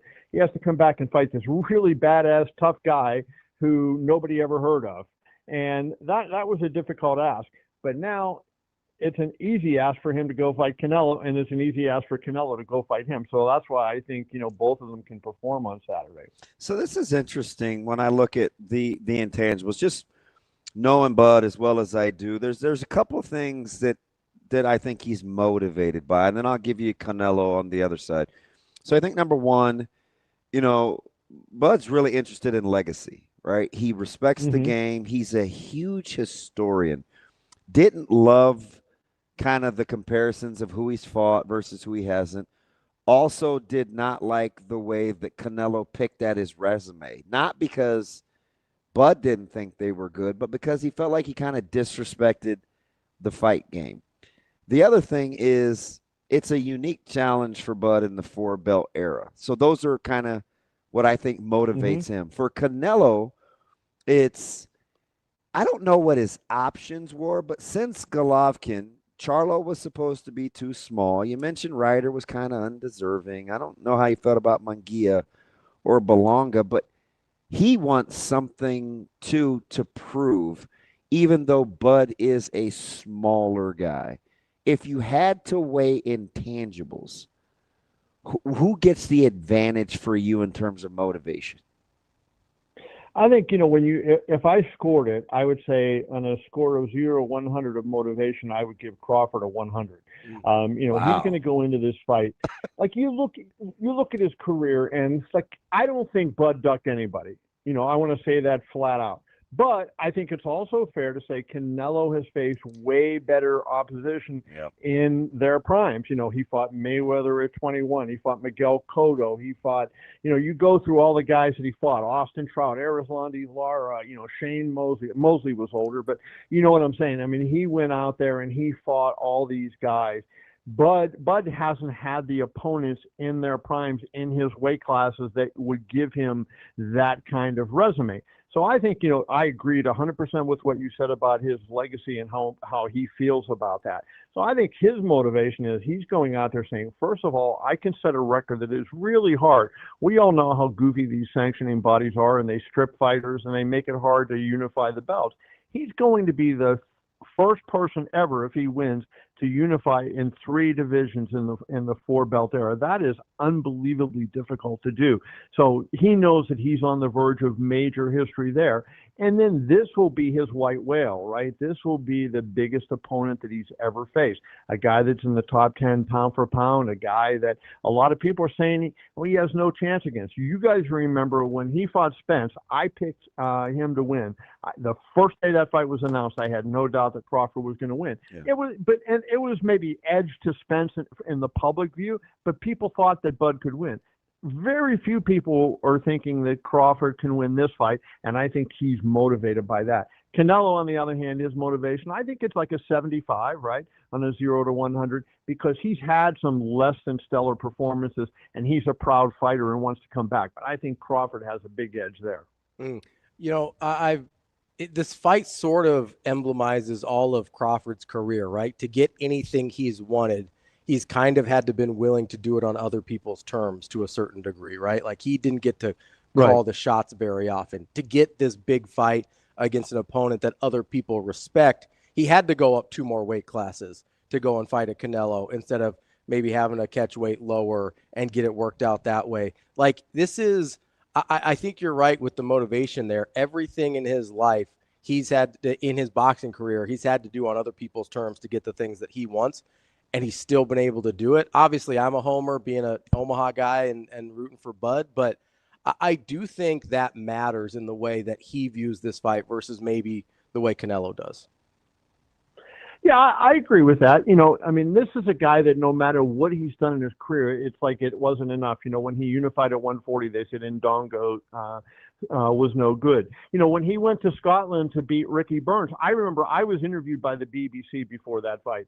And they said, do you think this Crawford guy has any chance against Ricky Burns? And I'm thinking Crawford may stop him in 3 or 4 rounds. And they're asking me if he even have any chance, And it's like, so, I think Bud has been out there grinding. And I think Bud is at a level where he wins this fight. And I think his legacy is going to turn from a good fighter who, his best wins were over older guys and at the end of their career, to one of the greatest fighters of all time. I think that he really is on the verge of something huge, and I think, he knows it, and I expect him to have an unbelievable performance on Saturday. Yeah, it goes to all-time status. But let's do some projections, KI, just because you're so savvy with these numbers. if Mayweather and Pacquiao and Mayweather and McGregor, right? 2017, it's 4.3 mil in buys, it's 600 mil in revenue. If in 2025 they sell out or close to the 65K at Allegiant plus Netflix, what do you think we're talking about in terms of revenue generated for this fight? Yeah, it's going to be hard to guess. I'm going to guess that this is going to be maybe, you're not going to have the pay-per-view numbers like you had, in the two fights that you referenced, Mayweather McGregor and Mayweather Pacquiao. So you're selling over 4 million pay-per-views at $90 or $100, and so you're generating, almost $500 million just net out of that. You're not going to have that in this fight because this fight is not, not going to have that. Now, obviously, they got a big fee to put this fight on, but I think we're going to have a massive worldwide audience. Now, Tyson and Jake Paul last year did what? I think 100 million homes, and so that translates to about 120 million viewers worldwide. I don't think it's going to be that big, but I think there's going to be. I don't think it's going to be that big. Is that because of Tyson? Of course. No, Jake Paul wasn't the draw. Tyson was the draw. And, people care about Mike Tyson. And, you say Mike Tyson and everybody around the world knows his face. But, you could go around the world, even now, and Canelo Alvarez, who is probably the face of boxing. Even Canelo, there's places in the world where they don't know him. Mike Tyson, everybody knows him. And I think, so I don't think that they're going to do as good as Jake Paul. But that's not a bad thing, right? I mean, that's, you're talking about extraordinary numbers. I think they're going to do a really, really big number on Netflix. And I think that'll, show something about boxing, but I don't think they're going to surpass Tyson and Paul. Kevin, so let me ask you about sort of how you think this fight plays out, because obviously it sounds like, I don't want to put words in your mouth, but it sounds like you think Crawford has a real shot at pulling this off. What does, in your mind, a Crawford win need to look like? Especially the over-under right now, Kevin, is set at 10.5 rounds. 10.5, yeah. It's definitely an over fight, excuse me. I look at this and I say, I like Crawford to win.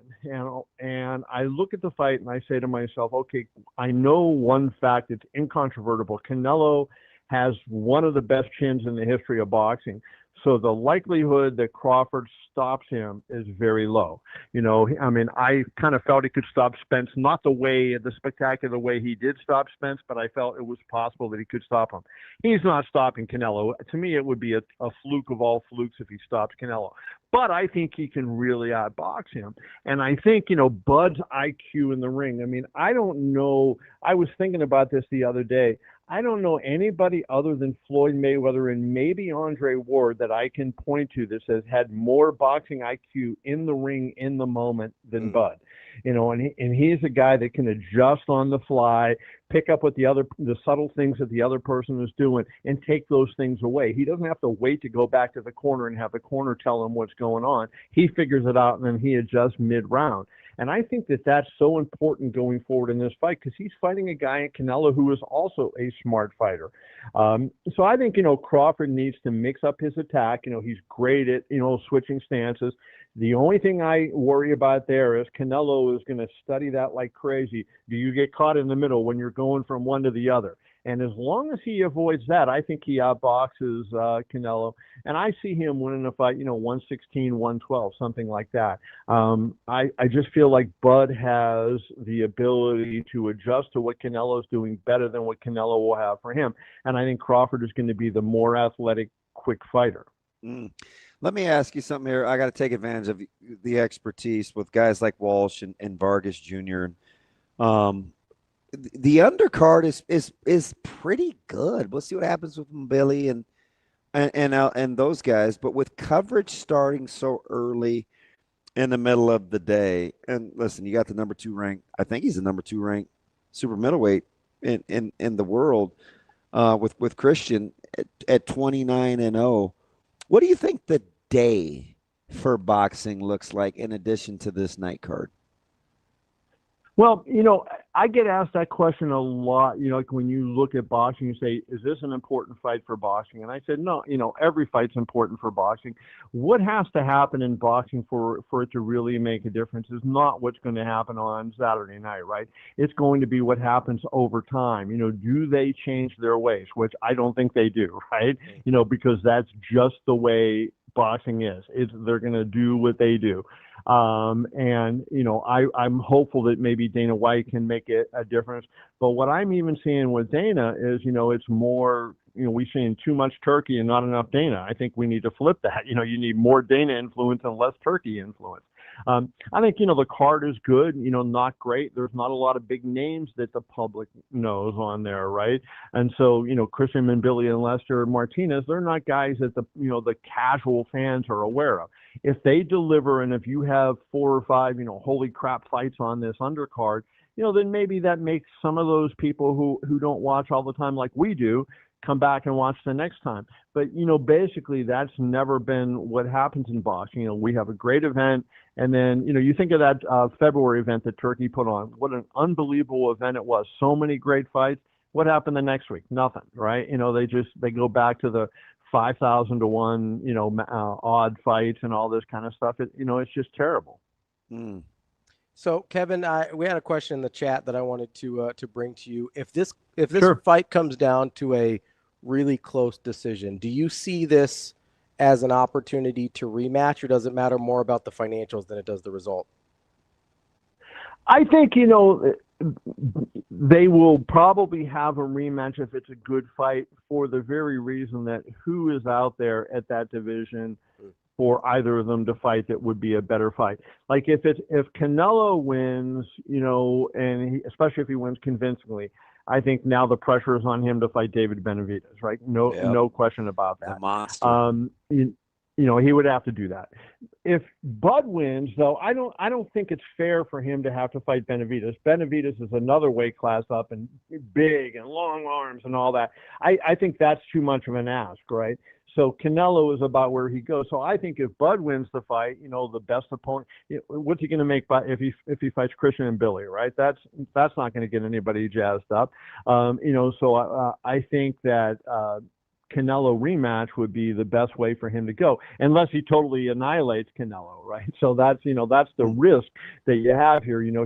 And that's been the problem that Bud has. There's some guys that find themselves in divisions where there's 4, 5, 6, 7, 8 guys that are really quality and good opponents and make good fights. And Bud seems to have gotten himself into divisions at times where the depth of talent hasn't been great. And, it's not his fault, right? He weighs what he weighs and he fights where he fights.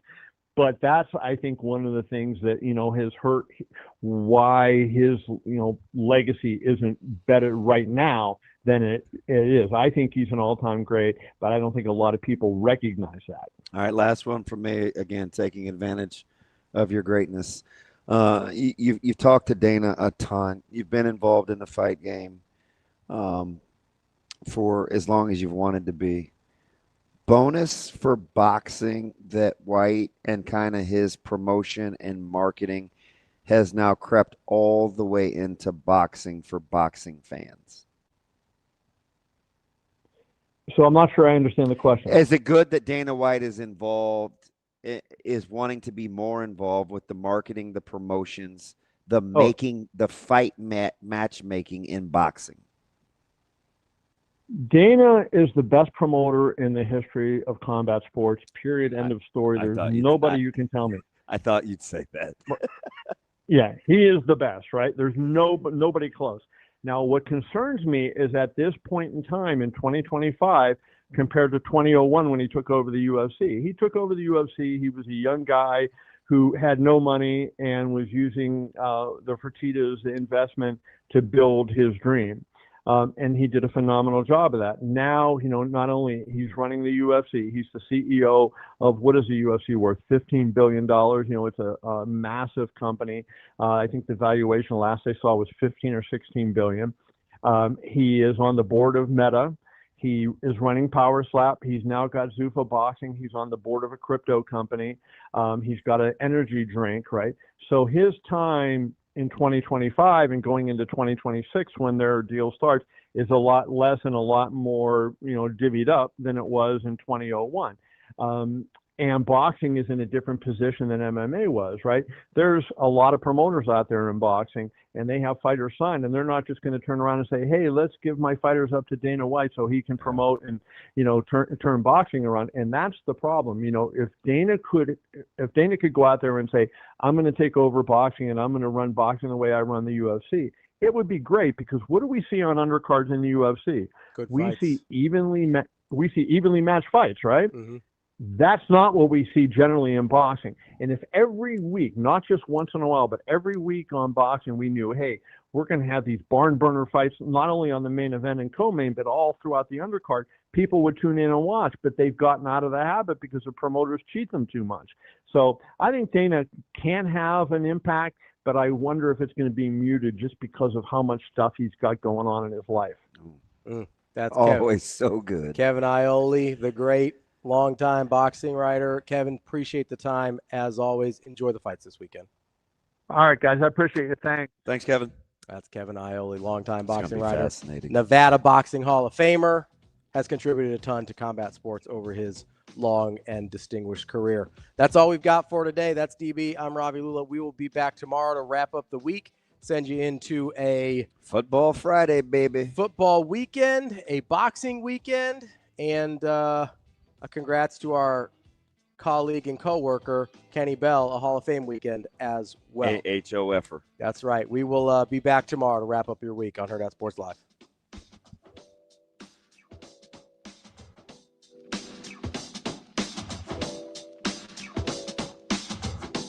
See you. Have a good day. Love you.